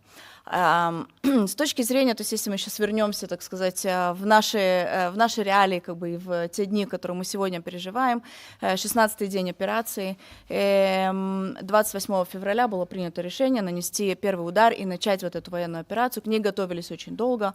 Эта военная операция, мы ее проводим не в одиночку, мы ее проводим в сотрудничестве с армией Соединенных Штатов Америки. Там координация на очень высоком уровне. Эта операция готовилась давно. Опять же, мы знали и понимали, что Иран готовится наносить удар по нас. Мы видели те баллистические ракеты, которые были направлены и готовы к запуску по Израилю. Мы видели уже эти ракеты в Израиле, уже в нашем воздушном пространстве. И в 2024 году как бы 2 раза, когда они уже сами начали действовать не только посредством своих прокси. Мы видели это в июне 2025 года, и мы знали, что они потенциально готовы производить большее количество ракет. Да? То есть одна из наших целей этой операции — это снизить военный потенциал режима Аятор, снизить военный потенциал КСИР. И один из очень важных ударов, которые наносят наши пилоты, наши ВВС на территории Ирана и на территории Ливана, естественно, тоже, мы к этому скоро подойдем, но на территории Ливана это пусковые ракетные установки. Да? То есть одна из целей ударов, которые наносятся, то есть для этого летят наши самолеты, в том числе в Иран, то есть есть определенные цели, которые запланированы заранее, это военные стратегические цели режима, но одна из целей, вот если они засекают, да, то есть в момент запуска ракет, допустим, да, засекают пусковые установки, по ним наносятся удары.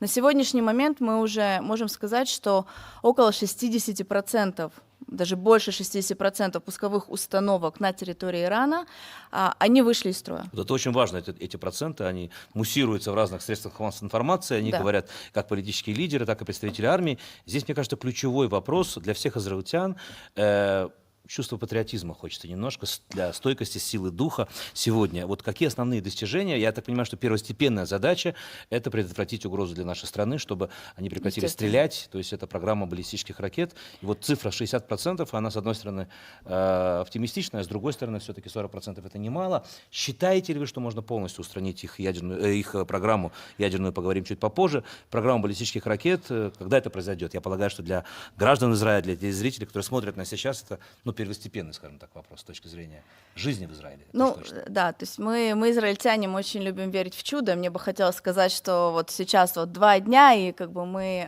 все угрозы вообще, которые есть в Израиле, мы устраним. К сожалению, реальность, она немножко другая.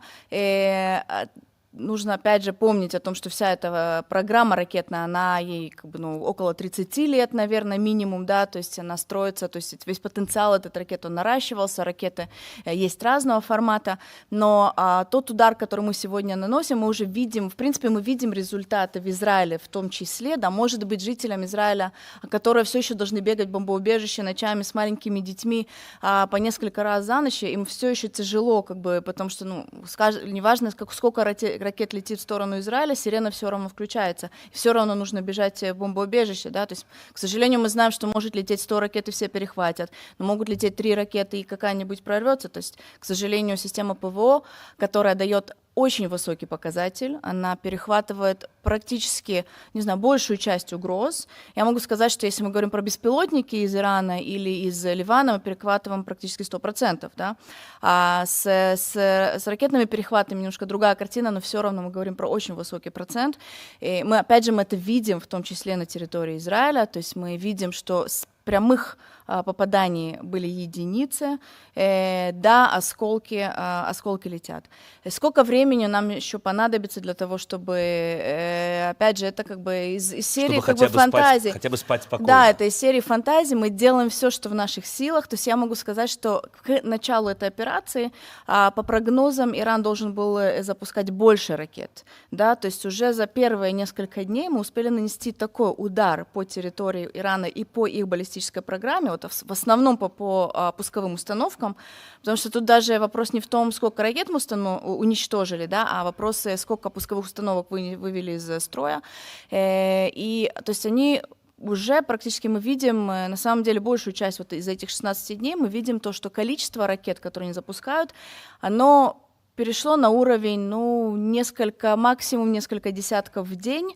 Это до при 20 том, что ракет нам рассказывают. До 20 ракет в день, и это То есть при том, что потенциал тенденция у них... все равно по статистике, вы ее знаете лучше, чем я, она положительная. То есть они могут стрелять Положительная меньше. для нас, естественно. Положительная для нас мы только для нас говорим. То есть с точки зрения того, что они стреляют реже и меньше. То есть тенденция снижается и будет снижаться. Да, они стреляют реже, то есть сама интенсивность запусков она снизилась, и количество ракет в каждом запуске, которые, в принципе, они могли в свое время, они могли, не знаю, сотню ракет запустить одним запуском. Сейчас у них такой возможности нет, по крайней мере, они этого не делают. И опять же, они тоже понимают, что запуск ракет привлекает к ним удар ВВС.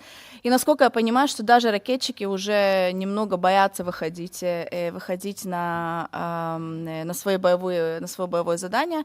И с точки зрения достижений, я повторю, вы уже поговорили это в передаче, но я думаю, что очень важно про это еще раз проговорить, это профессионализм наших пилотов, женщин и мужчин, то есть и летчиков, и летчиц, как бы это некрасиво не звучало на русском языке, но сам тот факт, что за 24 часа наши истребители добились полного военного преимущества в иранском небе, и Иран как бы все-таки находится очень далеко от Израиля.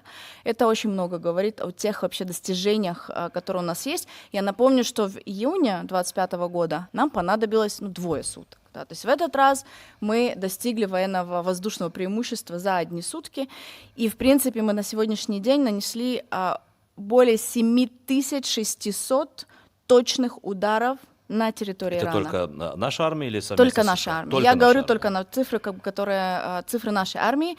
Ну и опять же, тот факт, что мы за 40 секунд смогли ликвидировать 40 командиров, включая Али Хаминеи, то есть несколькими ударами, точно спланированной и скоординированной операцией, да, то есть это координация разведки, ВВС, наша как бы разведка, американская, то есть все вместе как бы было скоординировано, и за 40 секунд мы нанесли настолько сильный удар по верхушке исламского режима. Ну, во-первых, мы гордимся нашей армией, это абсолютно очевидно и очень важно об этом заявить, поэтому говорить о достижениях во время войны, это, мне кажется, не менее важно для, опять же, силы духа, для стойкости, для понимания ситуации, потому что мы-то считаем, что только мы слышим сирены и, к сожалению, сигналы воздушной тревоги, но, конечно же, наша армия в воздухе делает свою работу, в этом нет никакого сомнения. Давайте коснемся еще одной темы, которая волнует каждого гражданина Израиля, это, опять же, ракеты, которые кидают, вот уже последнюю неделю, это кассетная ракета, кассетные боеприпасы, очень много обломков, очень много осколков, они очень опасны в этом случае.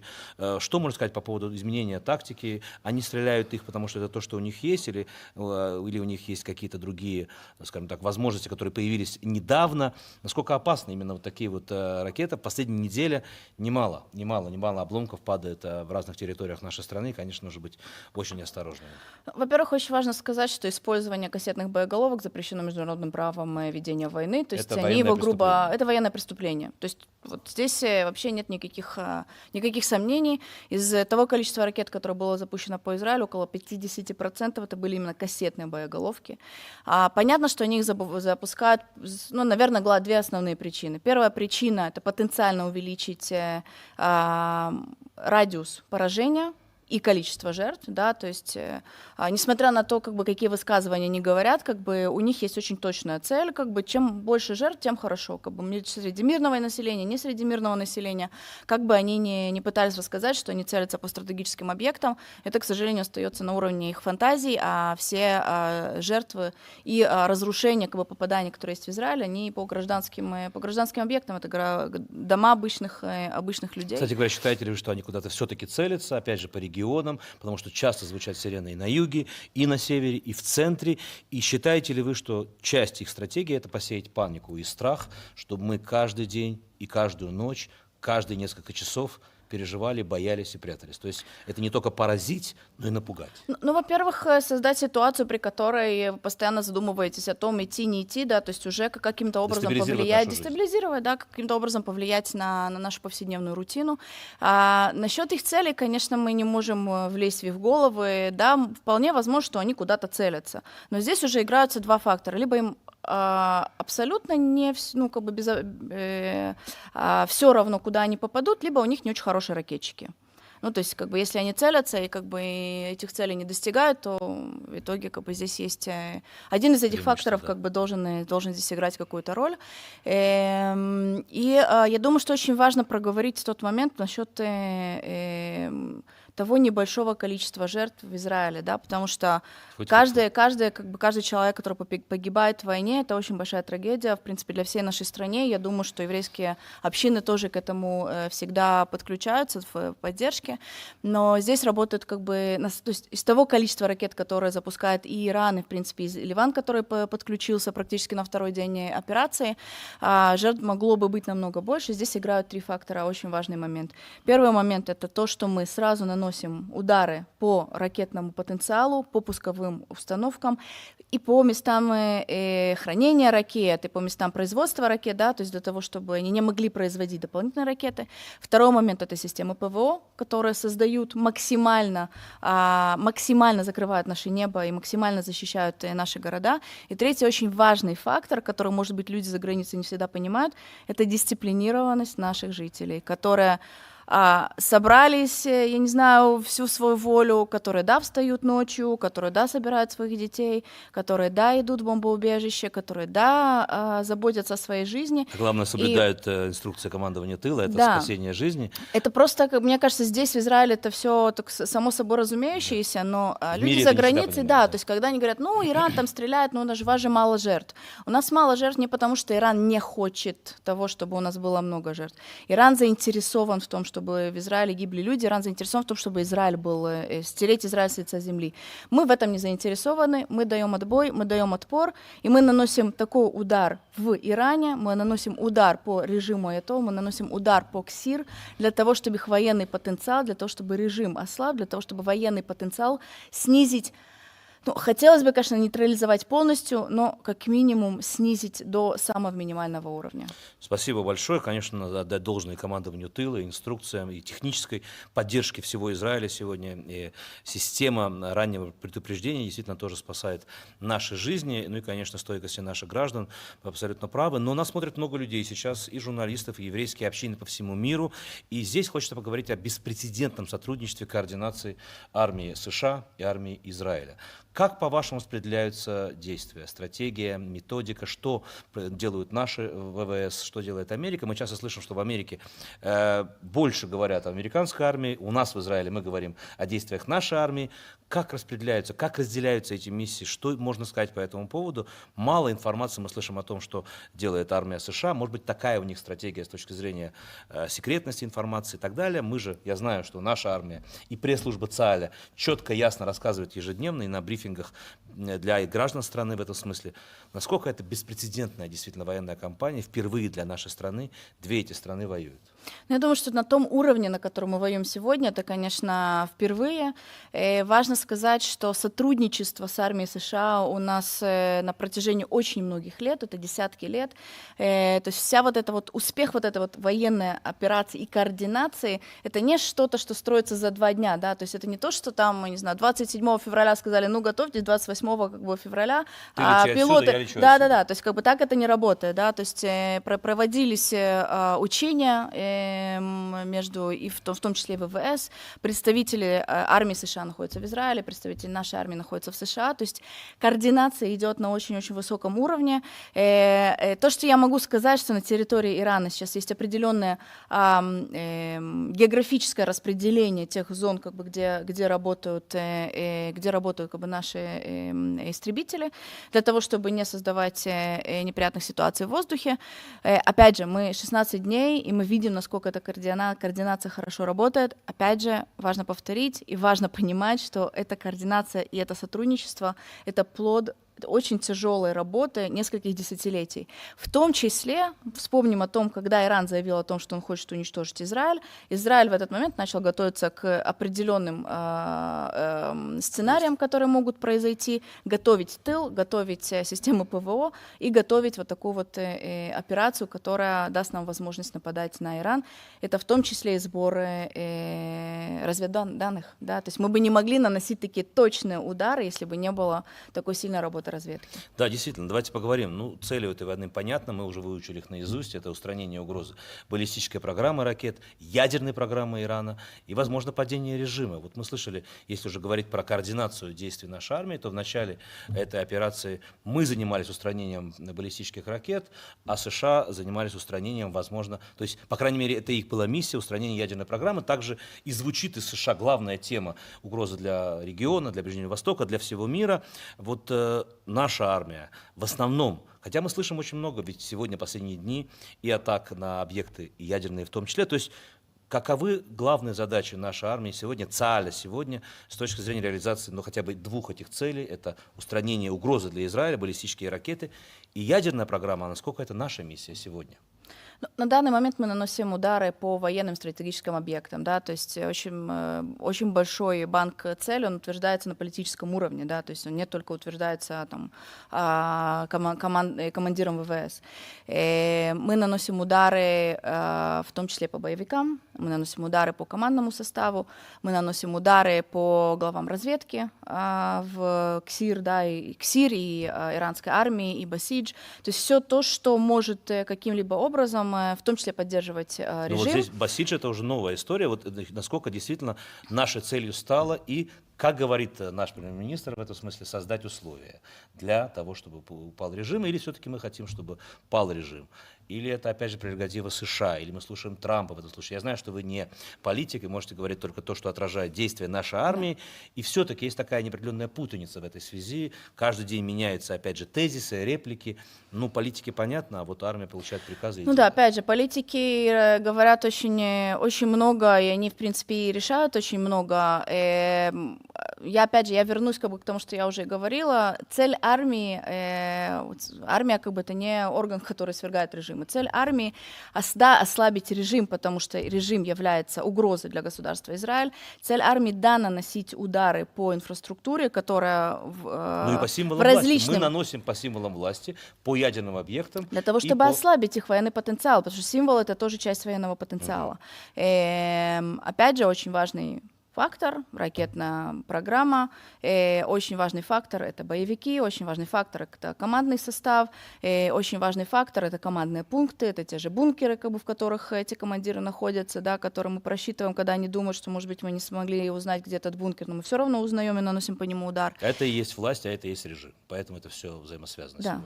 То есть военные цели, политические цели, они одинаковые. Военные стратегические цели, это цели, которые преследует израильская армия. Спасибо большое. Давайте перейдем к Ливану. Сегодня очень сложная ситуация на севере нашей страны. Сирены звучат очень часто, у людей нет возможности даже раннего оповещения. Иногда во время сирены уже ведется обстрел. Что будет дальше? Будет ли наземная сухопутная операция? Ведется ли она уже сейчас? Как можно устранить в первую очередь эту угрозу Хизбаллы? И ставит ли сегодня наша армия цели полностью устранения этой угрозы с точки зрения разоружения Хизбаллы? Ну, про дипломатию поговорим позже. Разоружение Хизбаллы — это всегда цель, потому что это угроза, да, то есть мы на протяжении двух лет воевали с Хизбаллой параллельно с операцией в секторе Газа.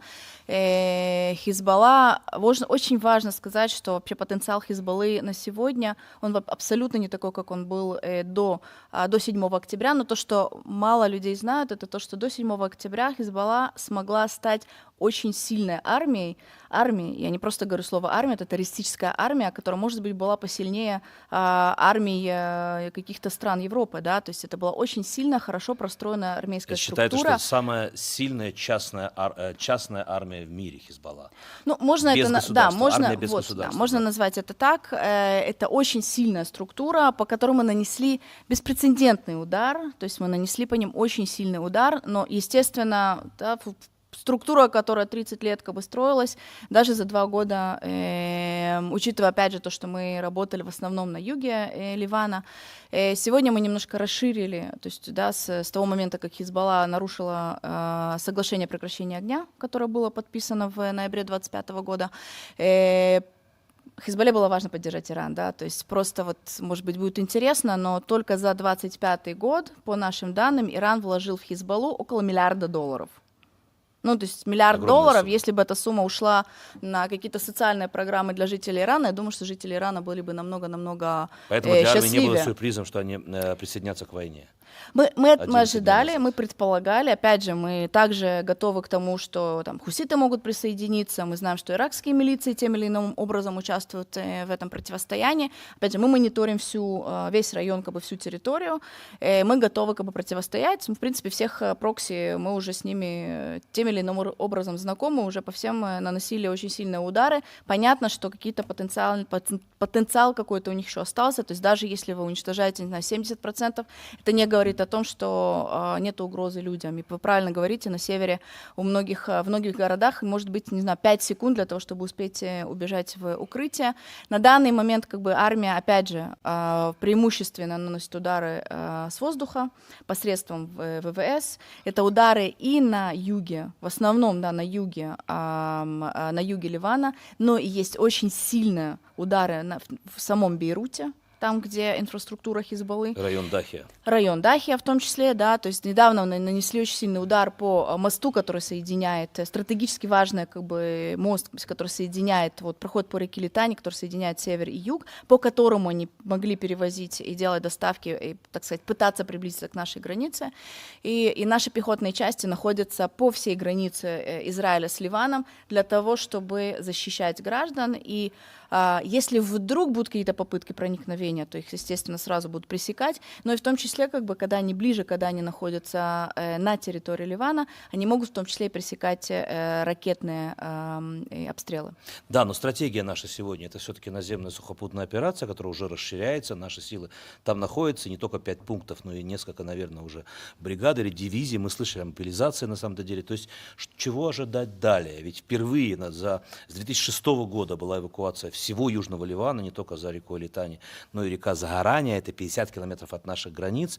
Значит ли это, что мы будем заходить туда сейчас, как делали это не раз в свое время, создавать буферную зону, может быть, доходить до Бейрута, и опять же, это долгая война, несколько недель, несколько месяцев.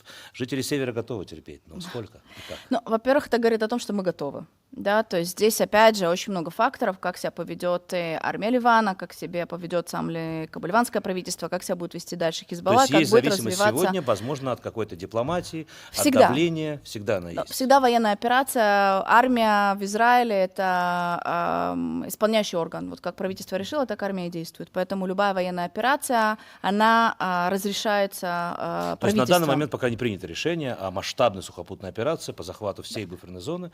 Пока этого нет на данный момент. На данный момент мы наносим удары с воздуха в основном. Понятно, что военно-морские силы тоже в боевой готовности, как бы если нужно отражать какие-то атаки, периодически беспилотники перехватывают. И пешие части находятся по всей границе, то есть мы готовы продолжать. Есть определенные точечные операции, которые проводятся пехотными частями на территории Ливана, потому что есть всякие разные вещи, которые нельзя сделать с воздуха, к сожалению. Если бы мы могли, мы бы уже давно это сделали. Как будут дальше развиваться события, это, естественно, будем смотреть, потому что, опять же, очень много факторов, которые на это влияют. Спасибо большое. У нас остается буквально 3 минуты, даже 2, на самом деле, может быть, чуть больше. Вот нас смотрят сейчас еврейские общины мира, которые хотят содействовать, помогать нашим солдатам, нашей армии. Как они могут это сделать? С точки зрения, опять же, возможностей. Я понимаю, что армия находится только в Израиле, и я понимаю, что вы не собираетесь всех призывать, да и попасть сегодня на святую землю, на историческую родину не так-то просто, на самом деле. Но это и такой, вот, знаете, общий вопрос. Еврейские общины мира, они с нами, они переживают тоже непростые времена, и времена антисемитизма, антиизраилизма, и сегодня он угнетается с точки зрения возможных терактов со стороны Ирана, это абсолютно очевидно, и, конечно, мы обнимаем их и любим, это абсолютно понятно. Вот они хотят, говорят, я хочу помочь. Сегодня же, знаете, содействие, помощь нашему народу, это в первую очередь помочь нашим солдатам, нашим героям, нашим сыновьям, братьям, сестрам, это понятно. Вы представитель армии, для них, наверное, большая честь, если вы скажете несколько слов еврейским общинам мира, журналистам всего мира. Пожалуйста, Аня. Я хочу сказать, что самая большая поддержка, которую вообще можно дать нам и армии, и Израилю, это психологическая, моральная поддержка и молитвы. То есть это очень важный момент, который... не всегда нужно физически что-то передать солдату, как бы нужно поддерживать. Я бы сказала, еще очень важный момент, мы, в принципе, про это говорим уже последние несколько лет. меньше читайте новости, смотрите официальные каналы. Иран, в том числе, как и то есть мы это видели прокси, Иран, несмотря на то, что это держава, КСИР выдает очень много фейковых новостей, очень много. Они пытаются создать посредством СМИ, соцсетей, создать какой-то хаос, рассказать, И что люди в за Израиле... границей по-другому смотрят на ситуацию. Естественно. Это часть информационной войны. Это часть пропаганды, это часть психологического влияния, в том числе и на Израиль, и на общины. Поэтому в первую очередь помните о том, что народ Израиля очень сильный. То есть можно просто полистать немножко ленту израильского ТикТока, там, где очень много юмора, и очень много мемов, и очень много вообще того, как эта ситуация воспринимается в Израиле. Да, нам тяжело, но мы уже научились как бы выживать в этой стрессовой ситуации, и мы переживаем ее с юмором. Хочется пожелать еврейским общинам тоже оставаться с юмором и пытаться переживать те ситуации, которые они переживают там, сказать, что мы с ними точно так же, как они с нами, и только вместе, ну, как бы Израиль и общины еврейские, как бы они неразделимы, только вместе мы можем добиться лучшего будущего. Только вместе победим. Пресс-секретарь армии обороны Израиля, ЦАля, майор запаса Анна Уколова. Большое вам спасибо. Спасибо вам всем за эфир и за то, что вы с нами.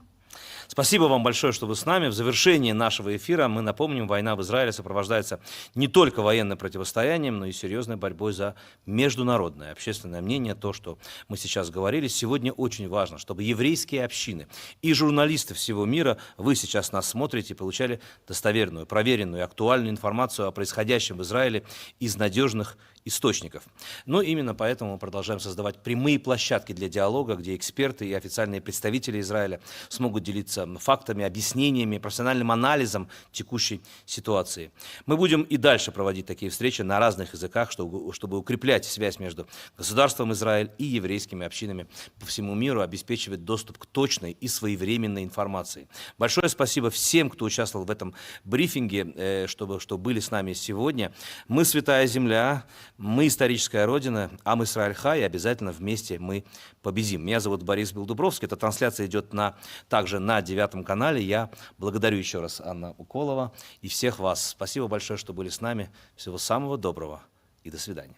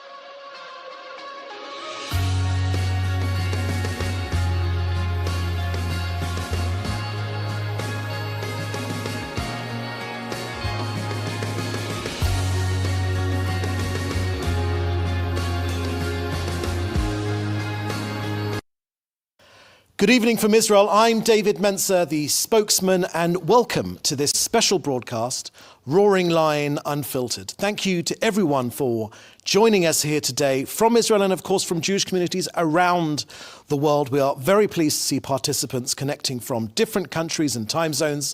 Now, this special briefing is organised by the Ministry of Diaspora Affairs and Combating Anti-Semitism in cooperation with the Government Press Office. Our goal this evening is to provide clear, accurate and professional updates about Operation Roaring Lion and to strengthen the connection between the State of Israel and Jewish communities worldwide during this important and rapidly evolving moment. Now, in recent days, many people the world over have been closely following developments and searching for reliable information and context. So today's discussion is intended precisely to help address that need. We will hear directly from professional experts, a government minister and representatives who will share their insights into the strategic context surrounding Iran and explain Israel's actions and objectives as part of this operation. Now, following the presentations, we'll also open up to a Q&A session, which will include questions that have been submitted in advance by participants. But it is our honor today to host distinguished speakers who will bring both their operational and strategic expertise. First, we'll hear an overview of the current situation from Minister Amichai Shikli, sitting next to me, and the operational perspective on Israel's actions within Operation Roaring Lion. We will also hear from an expert specializing in Iran and regional security, and as well as the strategy which we're engaging with our regional activities and the possible implications of the latest developments. We'll then hear from a representative of the Israel Defense Forces Spokesman's Unit, who will be providing additional information and an operational overview of the current situation in Israel. Together, these different perspectives will give a fuller understanding, we believe, of the current developments. But to begin with, it is my pleasure and honor indeed to invite our first speaker, Israel's Minister for Diaspora Affairs and Combating Anti-Semitism, Amichai Shikli. Minister Shikli leads Israel's efforts to strengthen the connection between the State of Israel and Jewish communities around the world, and also to confront the global epidemic of anti-Semitism that we're seeing globally. He's already been very active in this war over the last 2 weeks, appearing on Fox, on Sky News, on many Indian channels as well, representing his country with eloquence and with detail. Now, the annual Global Conference for Combating Anti-Semitism, which is now in its second year, has become the worldwide forum to highlight and combat this epidemic. And that global conference was created and curated by Amichai Shikli. It's attracted leaders from across the world, and of course it has gained praise from our Prime Minister. So at a time when events in the Middle East are being closely followed by Jewish communities everywhere, his ministry is working closely with partners around the world to ensure communities receive accurate information and feel supported during this critical moment. So, Minister Shikli, thank you very much for joining us. I'm going to ask you a few questions, if I may, that have been submitted by the audience. The first one, which I think everyone wants to know, and it's being raised in the media as well, I'm sure you must have faced it, and that is the simple question: why did the State of Israel go to war in this conflict now? So first, I want to say to all the people from the Jewish communities who are watching that we are following very closely the events in West Bloomfield, Michigan, this horrific attempt for a serious terror attack that was miraculously, by the courage of the security guards, prevented the disaster, and also following very closely what's happening in Canada, especially in Toronto.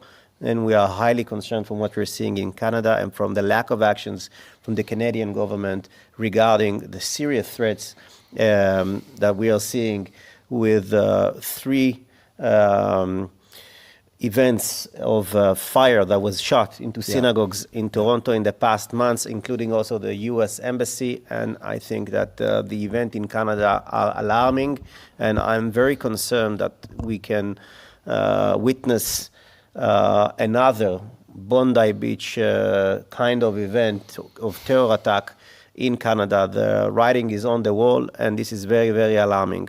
Now, regarding your question regarding the war, so it's not accurate to say that we went now on a war, because this war started 2.5 years ago when the Iranian major project of annihilating the state of Israel was starting to be pushed forward with the attack and the massacre of Hamas on October 7th.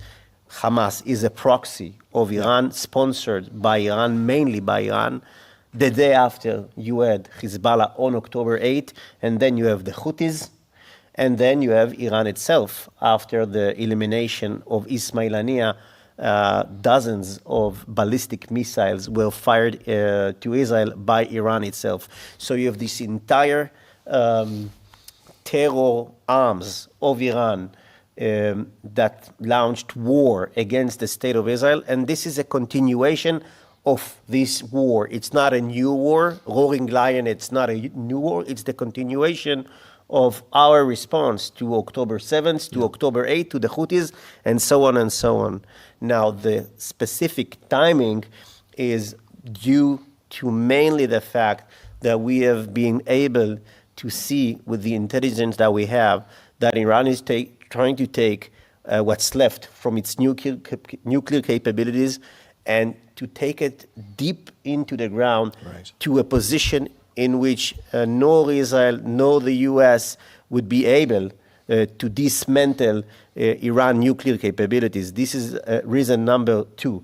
And number 3 is the alert and the intelligence that we had that there is a preemptive attack that might occur from the Iranian, and therefore, in order to take the advantage and to be the first to strike and not wait and to suffer casualties, that was the tactical, let's say, reason. So these are the 3 main components for the answer. Why are we fighting this very, very important and successful war? Thank you very much, Minister. We know that we're only 15 days in right now into this branch of the war, as you described. But I wanted to ask you to look into the future and if you foresee an expansion of the Abraham Accords, the peace deals which Israel has established, brokered by President Trump, with other countries in our region, whether you can see, as a result of this joint military action, an expansion of the Abraham Accords. So we hope to see the Abraham Accords expand. We hope to see Kuwait joining. We hope to see Saudi Arabia joining. For just to give you an example, Saudi Arabia has made a contract of defense with Pakistan. I don't see that Pakistan is providing any assistance to Saudi Arabia, so it's time for the Saudis to re-examine their alliance and who is a serious player in the region and who are just. It's just words. It also an opportunity for Qatar to re-examine its course and its policies. They were so close with the Iranian, both on the economic and the diplomatic level, and they are being attacked by the Iranians themselves. So maybe it's time to rethink the strategy of Qatar that were aligned with Hamas, with Iran, and I hope that we see major changes after this war is over. I think we have tremendous achievements so far. Almost the entire defense system of the Iranian army is destroyed. 70% of the ballistic missiles, 90% of the arsenal of Hezbollah was shrinked. The annihilation of the naval capabilities of Iran, the air force of Iran, and so forth and so forth. And therefore, I think it is a crucial and important war. And I haven't mentioned one very, very important aspect. The Iranian people, tens of thousands of Iranian, mainly young men and women in Iran, who went to the street to protest, were massacred by the terror regime of Iran. Unfortunately, we haven't seen Harvard or Columbia students going and protesting in favor of the freedom of the Iranian people. We didn't see the streets of Europe or the streets of New York, and we didn't see the crowd supporting the Iranian people. But this war is also to support the Iranian people and the freedom of the Iranian people. And when we are speaking about a regime change, it's very important to say we've promised help. Yeah. President Trump promised help, Yeah. and he walked the talk. Prime Minister Benjamin Netanyahu promised help. We walk the talk, and we are providing help. And you can see what's going on with the Basij. Yeah. Now on the streets, we are targeting the Basij. You can see the Basij always looking to the sky Yeah. to look for American and Israeli drones. So I think that supporting this crucial help and assistance for the Iranian people is very, very important. But we need to say the regime change can only happen by the Iranian people themselves. Absolutely, I think you're right. I think what the result of this war will be to open that door so that Absolutely. the Iranian people can grab hold of Yeah. freedom. Create the condition absolutely. for a regime change. Yeah, because we know that I think 80% of Iran's people are against the regime. So they deserve that freedom. They've suffered a lot. So this will open the door so they can grab hold of it. And the last question we've had is specifically about this war and whether we have, 15 days on, succeeded in making it clear to the world that Iran is not only a strategic threat to Israel. You know, we're getting missiles here, drones here, but it's not only a strategic threat to Israel, but to the entire world. Do you think that message is getting across? So it's not a question of messaging. We've seen throughout the war the Houthis Yeah. harming trade ships in the Red yeah, Sea, absolutely. harming this very crucial world trade route leading to the Suez Canal. Now we can see what's happening with the Strait of Hormuz. And also we see endless attacks against the UAE, Saudi Arabia, Bahrain, etc., and the history that is well known for all those who have learned just a little bit Yeah. about Iran, and from the beginning, from kidnapping the staff members of the American embassy, later on the attacks against U.S. Marine base in Beirut, yeah. and the French, and endless terror attacks. And one more thing which is important, recently we had this amazing operation of the U.S. In Venezuela to remove the dictator Maduro. The drug Yeah. industry Yeah. Entire network. in Latin America Yeah. is heavily connected to Hezbollah. Absolutely. Hezbollah is a major player, and Hezbollah is an arm of the Iranian terror regime. So it's an ecosystem of terror that goes far up to Latin America, and it's way behind the issue of Israel and Iran, Hezbollah and Hamas. Absolutely. I think that's an excellent appraisal of the current situation. And I think, I mean, we can see it right now with the Straits of Hormuz. You know, Iran are trying to blackmail the world now. Imagine what power they would have With the if nuclear they had, power. Exactly, Yeah. exactly. That Absolutely. would be all the, exponentially worse. Great. Thank you very much, Thanks so Minister much, David. Shikli. Thank you very much for your leadership on this subject, and thank you very much for the work you're doing, bringing the two sides, Israel and, of course, the Jewish communities around the world Am together. Israel Chai. Am Yisrael Chai, exactly. And as you kicking. say. And kicking. Am Yisrael Chai and kicking, as the minister says. Absolutely right. So our next guest now is Dr. Dina Lisensky, a Middle East expert and a senior researcher at Tel Aviv University, she will provide additional context regarding Iran and the broader regional dynamics shaping the events that we're witnessing right now. Dr. Dina is a Middle East expert. She holds a PhD in Islam.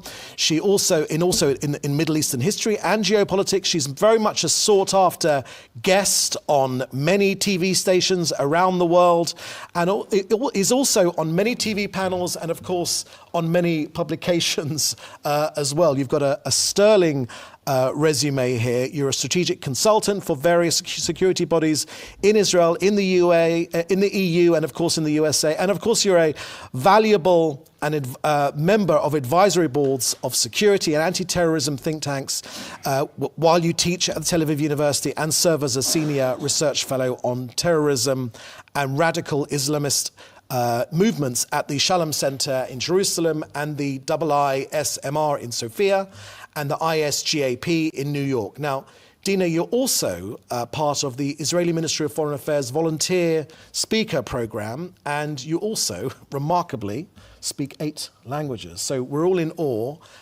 We'd love to hear your analysis of the current situation. Thank you, David. I will take your clicker Yes, before I of start course. Yeah, speaking all the absolutely 8 right. languages. Yeah. Thanks.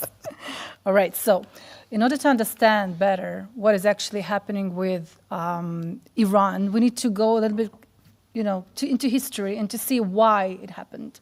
So, in the year of 1979, when Ayatollah Khomeini is actually taking his turn and orchestrating a revolution in Iran, which brings us to an Islamic state within Iran. The funny thing is that when the Islamic State emerged in 2013 in Iraq and Syria, we, meaning people who actually deal a lot with expertise in Middle Eastern affairs, were a bit perplexed because there is already an Islamic State in the Middle East, which is obviously Iran. We need to see, here we can see how Khomeini is returning to Iran from exile in France in 1979, which brings us to a new Iran, which is actually an Islamic republic. And this is why we're not referring to Iran as Iran, but to an Islamic Republic of Iran, which is actually very important because the real Iran is not an Islamic Republic. It's not a religious state. We've seen that. Yes, and there are 2 main theses of modern Shiite theology that Khomeini is bringing to the table. The first would be Vilayat al-Faqih, which means loyalty to the religious leader, or actually the rule of the religious leader, which actually means that if you have 2 leaders, one would be a secular and the second would be a religious, you have a religious obligation, a moral obligation, according to, specifically here we're talking about Shia, but also in more fundamentalist Sunnah, you have to choose, you have to elect the religious one. So this is the first thesis. The second is more important to us. Why? Because you have to export the Islamic Revolution. Now, where do you export the Islamic Revolution? Of course, you export it throughout the region, first of all among the Shiites. So we need to see that the Shiite proxies and the axis of the Shiite pro-Iranian proxies, such as Iran and Hezbollah, and Iraqi militias, and Houthis, by the way, who are, of course, Shiites in Yemen, they were all made as parts of Iranian, let's say, not just a regime, but of the Iranian concept of exporting the Islamic Revolution. You needed to do that in order to make it like a territory that is unending of the Shiite proxies. And there is another question here. How about Hamas and the Islamic Jihad? We're talking about Palestinian resistance movements, terrorist movements that are actually Sunni movements. So how could they be proxies of Iran? And the minister said that Hamas is actually a proxy by Iran, and he's absolutely right. Because Hamas, being a Sunni movement, actually got a lot of funding from Iran and got a lot of subsidies from Iran and managed, in fact, to do a lot of things that and actually made it happen for the Sunni proxies, and they just became the other arm of the Shiite proxies of Iran. So we speak about that. We can see that there is a crescent there, and this crescent is actually existent as a ring of fire around Israel, as you can see.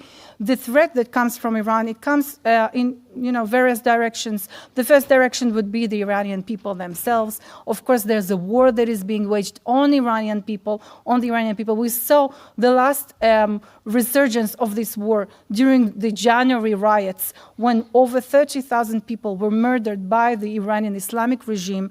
After that, we speak about the fact that there are also the Arab countries. There are Sunni countries, also in the region, especially in the Gulf, that have been suffering so much from the Iranian regime. And only the third, let's say, circle are obviously the US and the Western countries, and of course Israel, that are hated by the Islamic regime. Of course, one of the most important mottos of the Islamic regime is death to America and death to Israel. It is based upon the understanding that there are 2 Satans. The first is the great Satan, which is the US, which is, of course, the Western, or the embodiment of the Western civilization, and the smaller Satan, which is Israel. So in essence, they have to get through Israel first before they get to America and to Europe. They regard Israel as the proxy of the West in the Middle East, and this is the reason why. So what actually happened after October 7th is a domino effect. The aftermath of October 7th is changing all this ring of fire that we've been talking about and changing the balance of powers in the Middle East. First of all, we know, of course, that, let's go back to Hassan Nasrallah. In July 2023, just a few months before October 7th attack, Hezbollah's leader Hassan Nasrallah is saying Israel has lost its deterrent potential. Beyond the border, fear reigns. This is what he says, and after that, it is a sort of a cue to all the other proxies to start working on an offensive against Israel. The offensive was supposed to come from various parts of the Middle East, of course, from the north itself and from the south, and Hamas just, pulled the trigger, maybe a little bit too early, which brought us to this domino effect that eliminated also Hezbollah in the year of 2024, that eliminated, of course, the Assad regime in December 2024. Now, of course, the Assad regime was not eliminated by Israel, but by the Sunni proxies of Turkey. Of course, we're speaking about Abu Muhammad al-Julani, nowadays the president of Syria, whose name is, of course, Ahmad al-Shara, and he is representing basically the Syrian branch of Al-Qaeda at first. So we need to understand that as well. Yeah. We're talking about Sunnis against Shiites, and he is bringing to collapse the Assad regime, which is was also a proxy by Iran, which brings us, of course, to a new axis. There are actually two Sunni axes that exist today. So the first axis would be, let's say, pro-Muslim Brotherhood axis, which is basically Turkey and Qatar. The second axis would be a more moderate axis of the Sunni countries, such as, of course, Saudi Arabia, the UAE, and et cetera, et cetera.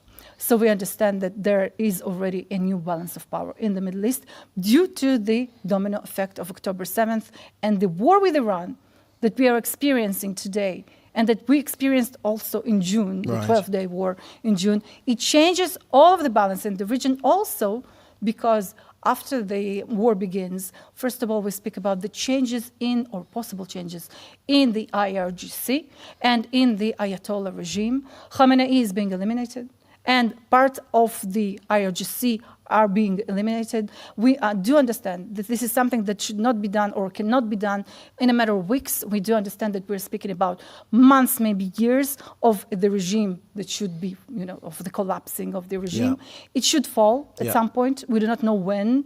However, of course, it is a part of a broader, let's say, a broader maneuver that should bring this regime to its, doom. And the main question I think that remains is what comes next. So first of all, I'd like to say that there are a lot of potential threats that still are coming from Iran. Many of them, and since we are speaking now to representatives of the Jewish communities all over the world, they should know that the Iranian regime is actually targeting Jewish communities, Jewish strategic objects and strategic institutions. Their goal is to harm as much as they can. Where they are now, not in Israel, where around they are the now, world. around the world. Right. And the thing is that it's a sort of a paradox. The less they can do against Israel, the more they will try to do against the Jewish communities all over the world. And also, of course, the Western institutions as well. We're not speaking only about Jews here. We're speaking about a potential threat, actually a real threat, to all of the Western civilization. Wow, that's a lot to think about there. Absolutely fascinating. So we've been given some questions by our audience, and I want to share some of those questions with you here. And the first one, of course, was the near miraculous first action of Israel together with the US in the first 40 seconds of this war, the death of the supreme leader Ali Khamenei, and also many others of the top echelon of Iran, and what that means for the stability of the regime. Is that enough to bring it apart? Could the current war lead to the entire regime's collapse from within, or might it still, as many sort of pessimistic commentators have said, will this cause the Iranian people to consolidate around the existing regime to give it public support? What's your view on that? Okay, so there are 2 points to take on. The first one would be the momentum that was a bit lost during January riots. Right. Over 30,000 people were murdered brutally by the regime. Gunned down in the streets. Of course, yes. And even more people were incarcerated, tortured to death, and still are being executed, some of them, by the regime itself. And those must have been the vanguards. Those must have been the activists. They were the activists. Right. They were the vanguards. They should have got more support, of course. However, we are living in a world that develops all the time. Things are evolving. So if in my understanding, if the regime should fall, it should fall, of course, after a certain period of time. We do speak about the fact that today we are in a war that could actually bring a serious change, not only in the regime, but also in the state of mind of the Iranian people. And this is our hope, actually, that the Iranian people would start a new role in Iran itself and would be able to change the regime by themselves, of course, with the help of the US, of Israel, and of many other countries that would like to join and to eliminate this murderous regime. No, as we said, we're opening that door to allow them to go through, to grab hold of freedom. Absolutely. Which is what they deserve so much, of course. Now, the second question we've had is the whole phenomenon, whether you feel shocked by this and whether Israel expected this, because Iran has, of course, attacked almost all of its neighbors, from Saudi Arabia to the United Arab Emirates to many other countries, and how you feel that affects the regime's alliances in the region and their stability in the region. What effect has that had? So first of all of the Arab countries of the Gulf were highly concerned with the stability. The question of stability is actually a very important question in the Middle East and, of course, in the Gulf, where people are not acquainted with a lot of wars, in the Gulf itself. So for them, it was very important to maintain peace and stability in almost at any cost with Iran. Saudi Arabia and Iran were in a sort of a Cold War for over a decade. This Cold War has ended and was brokered by China in 2023. So we do understand that this brought Saudi Arabia and Iran a little bit more closer. However, this is not a real closeness. We do not speak about a new ideology or a new dawn for the Middle East. Obviously, there are a lot of misunderstandings. Obviously, there are a lot of different interests that we should take into consideration here. So the fact that Iran is attacking the Arab countries of the Gulf should be a huge concern for the Arab states. They should be engaged more in this specific war. Of course, they would not be able to speak about it freely, and there is a sort of a diplomatic tie that should be taken into consideration as well. So we hope that they would join, but we do understand why they are still reluctant. And what did you make of the president, I think, this week, apologizing for attacking the countries around the region, and then almost immediately for them continuing to attack the region? How was that received? This is what we call quantum diplomacy. Quantum diplomacy? Yes, quantum diplomacy or quantum politics. It means that you can say one thing or try to be in a sort of an alliance with someone and still to attack them. So this is a possibility that is actually real for the Iranian regime, but now also we do understand that this is more complex than just being in a sort of an alliance constantly with the Arab states. Obviously, there are certain Iranian interests that should be made absolutely understandable for the Arab states. Iran is going, it just goes absolutely full-time, full-blown war with the Arab states right now. They should understand that. Right. So the last question that we've had from our audience is about whether the current war will effectively mark the final chapter, which is what, of course, we all want of Iran's nuclear policy and its funding of proxy forces. Do you feel that this is the end of the Iranian regime? Well, it depends. Right. It depends on many obstacles that are around the corner. First of all, it depends on on how we end this war, or on which stage the U.S. ends this war. If President Trump decides to end this war before the nuclear program is absolutely finished, this could be, of course, a new window, a new possibility for Iran to go on and develop the nuclear program. But the thing is that we need to understand that if we are not finished with the nuclear program right now, there would be a new one. Also, if the regime doesn't fall, there would be a new nuclear program because Iran is not ready to give up on this idea. Absolutely fascinating. I think that's given us a real insight using your expertise about what's going on, and so much of this isn't carried by the international media, I feel. So that sort of background briefing you've just given us, I think, is absolutely key to everyone out there. So thank you very, very much. Thank you, David. Good. Now we're saving the best for last. We will now move to our next speaker. It's SFC Kelly Odes, who is the head of International Messaging, Communications and Strategy Department at the IDF Spokesman's Unit. She will give an operational update together with an overview of the current situation. So, Kelly, over to you.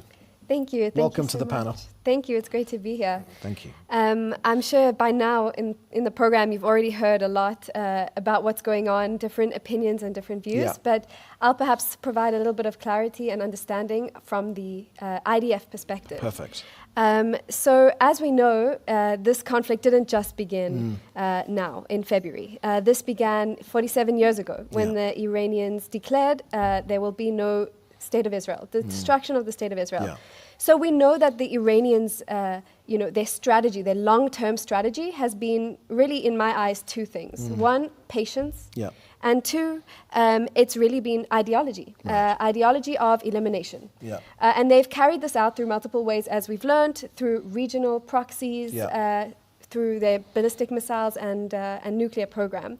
And so I think that it all culminates into this kind of historic moment where we really hadn't had an opportunity not only to stop Iran's threats to Israel, but to the region, to the world.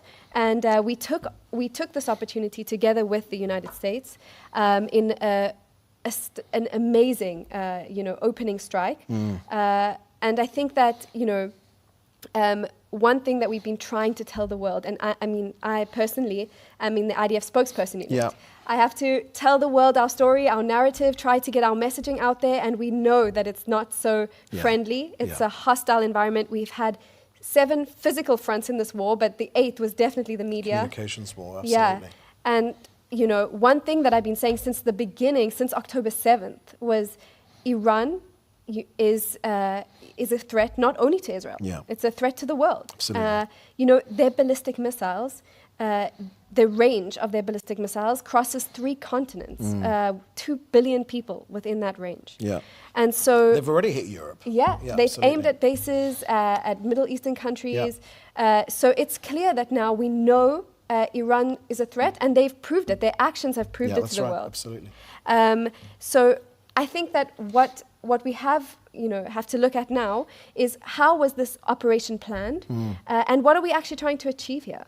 So I think that when you're looking from an IDF perspective as what's going on the ground, the most crucial hours were those first 100 hours. Absolutely. What happened during those 100 hours were what we call the enablers. They were the strikes on the aerial defense systems in a surprise strike, taking out the leadership in 40 seconds, taking out the ballistic missiles so that we could reduce the amount of missiles that were immediately fired to Israel. These were all setting the conditions within the first 100 hours for what was next to come. But the goal of what is of this operation as a whole is much deeper than that. We are now in the second phase of this operation after those 100 hours, where we're going right to the roots. Not only taking out their launches, but also taking out their production facilities so that they can't produce in the future.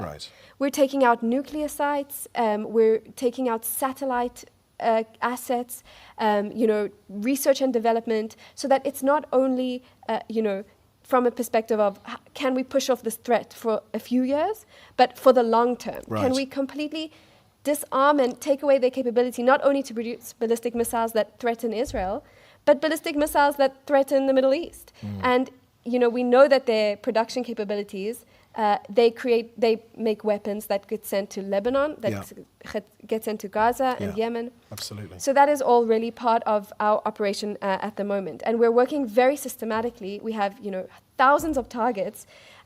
One by one, we're going through. It's really an organized, professional operation that is quite historic. And tell me a little bit about the coordination with the US. What can you share with us about that? Yeah, well, this is shoulder-to-shoulder communication, historic. Amazing. I think that never have the two militaries operated on such a close coordinating level, and we hear it from our American partners. The strongest air forces in the world are operating together in the skies of Tehran. Full aerial superiority. And I think that, we're learning every day. So the more we learn, the more our advantage grows and the weaker Iran gets. Yes. Absolutely fascinating analysis, Kelly, because you're talking about a comprehensive takedown of all the levers of power, from production of the weapons which threaten us to every single aspect of their hold of Iranian society. Now, we've got a few questions here, and you've already, I think, highlighted what we've achieved so far with the operation in Iran, the almost total control of the skies over Iran. But there's also been something which has shocked a lot of people and perhaps hasn't had a lot of publicity outside Israel, something we know very, very well. That is the use of cluster bombs, cluster munitions. We've seen that in Israel. I wanted to ask you what you feel the effect of that has been. Are these weapons illegal? Are they using them against us a lot? Why are they doing that? Yeah, well, the use of cluster munitions towards a civilian populated area is a war crime. That's what they're doing. That's precisely what they're doing. Precisely what they're doing. It's a violation of international law. And, they realize that it's hard for us to, once we intercept, or if it is intercepted, it doesn't matter. There's still many explosions that drop, and they can cover a radius that's pretty wide. Of miles. And this can cause more damage. Although the direct ballistic missile, when it hits, it causes greater damage, there's a psychological aspect to these cluster munitions, that it's, more dispersed, that more zones of strikes, of damage, exactly. And I think that, we've raised our voice about this. We've told the world this is a war crime. Iran are sending this towards populated centers, and I think that it should get more press and more coverage on that. Yeah, absolutely. And we're all feeling it in Israel's towns and cities as well. And we know that when these things fall, I joined the Prime Minister when we went to, for instance, Bet Shemesh, and where that synagogue was hit. And, I looked around, there were no military bases there whatsoever. This was an attack on civilians, exactly where Israel's people live, as opposed to what the Iranians are doing, as opposed to what we're doing in Israel, we're targeting the regime itself, the terrorist masterminds themselves. Let me ask you about Lebanon and Hezbollah, because Hezbollah made the catastrophic decision to get involved in this. Now, we always talk about Hezbollah being the forward operating arm of Iran. They are essentially Iran on our northern border. Was there intelligence info, and is there now intelligence info about the coordination between Iran and Hezbollah? Yes, definitely. Firstly, we can say that just in 2025, nearly $1 billion was transferred from Iran to the proxies, but mainly to Hezbollah. Money which could have been spent on the Iranian people, which is what they're complaining about. On the Iranian people who don't have water, or even on the Lebanese people who are getting, the money of their state is, could also be... They've turned Lebanon into a failed state, essentially. Exactly. And so at the price of the civilians of the Middle East, of Lebanon and of Iran, Hezbollah have been receiving this money, but we are seeing a new phenomenon, which is, simultaneous rocket and missile barrages. So real coordination. When there's sirens in the north, there's sirens coming from Iran. It seems too coincidental that every single time it seems the same. No, absolutely. So we definitely can see cooperation. And so what do you feel are the plans moving forward? How's the IDF going to counter this threat, particularly when it comes to Lebanon? Yeah, well, we definitely learned our lessons from October 7th and October 8th. When Hezbollah joined on October 8th, they were right on the borders, firing directly into the communities, meters away. We've changed perspective. We now know that there needs to be IDF forces between civilian communities and Hezbollah. And so our IDF troops are now situated in various positions on the border, forward defense positions, in which they can be the ones who meet Hezbollah before Hezbollah meet our civilians. And we are continuing to strike. We're watching the rockets come out of south of Litani River. Right. That is where Hezbollah is forbidden to be according to many international agreements. We've already got that agreement with the Lebanese government. People ask us all the time, what can the Lebanese government do? Well, they committed precisely to disarm Hezbollah, but they haven't done that. Exactly. And so, but the IDF is, we've taken our lessons. We've learned our lessons. Yeah. And now what we are doing is we're pushing the threat.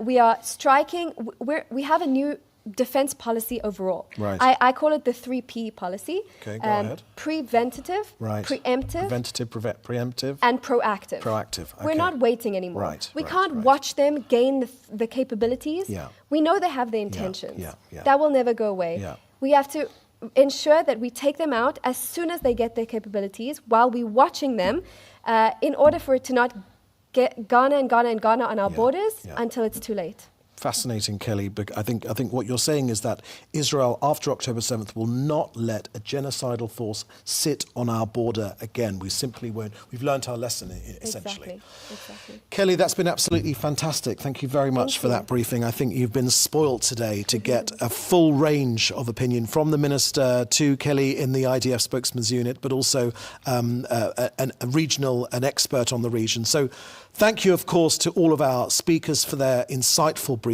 So as we bring this to a close, this broadcast, we just want to emphasize to everyone listening around the world that this war in Israel is accompanied not just by military confrontation, it is also by a significant battle over the international public opinion. That battle is happening online, it's happening in the media, and today it is crucial that our Jewish communities, our allies, and also journalists around the world receive reliable, verified, and up-to-date information about what is happening in Israel from a trusted source. So that is precisely why we'll continue to create direct platforms for dialogue where experts, as you've heard tonight, and official representatives of Israel can share facts, explanations, and also the professional analysis of the current war, of the current situation, which is so sadly lacking out there, which you've got a taste of tonight. So from our perspective, we'll continue to hold such meetings, just as you've heard tonight, in many different languages, as you've heard tonight, in order to strengthen that connection between Israel on the one side and our Jewish communities and the supporters of Israel around the world, to ensure that you get access to accurate and timely information. So with that, thank you for joining us today. There'll be more of these. And of course, thank you for joining us and for your support. Thank you. Bye-bye.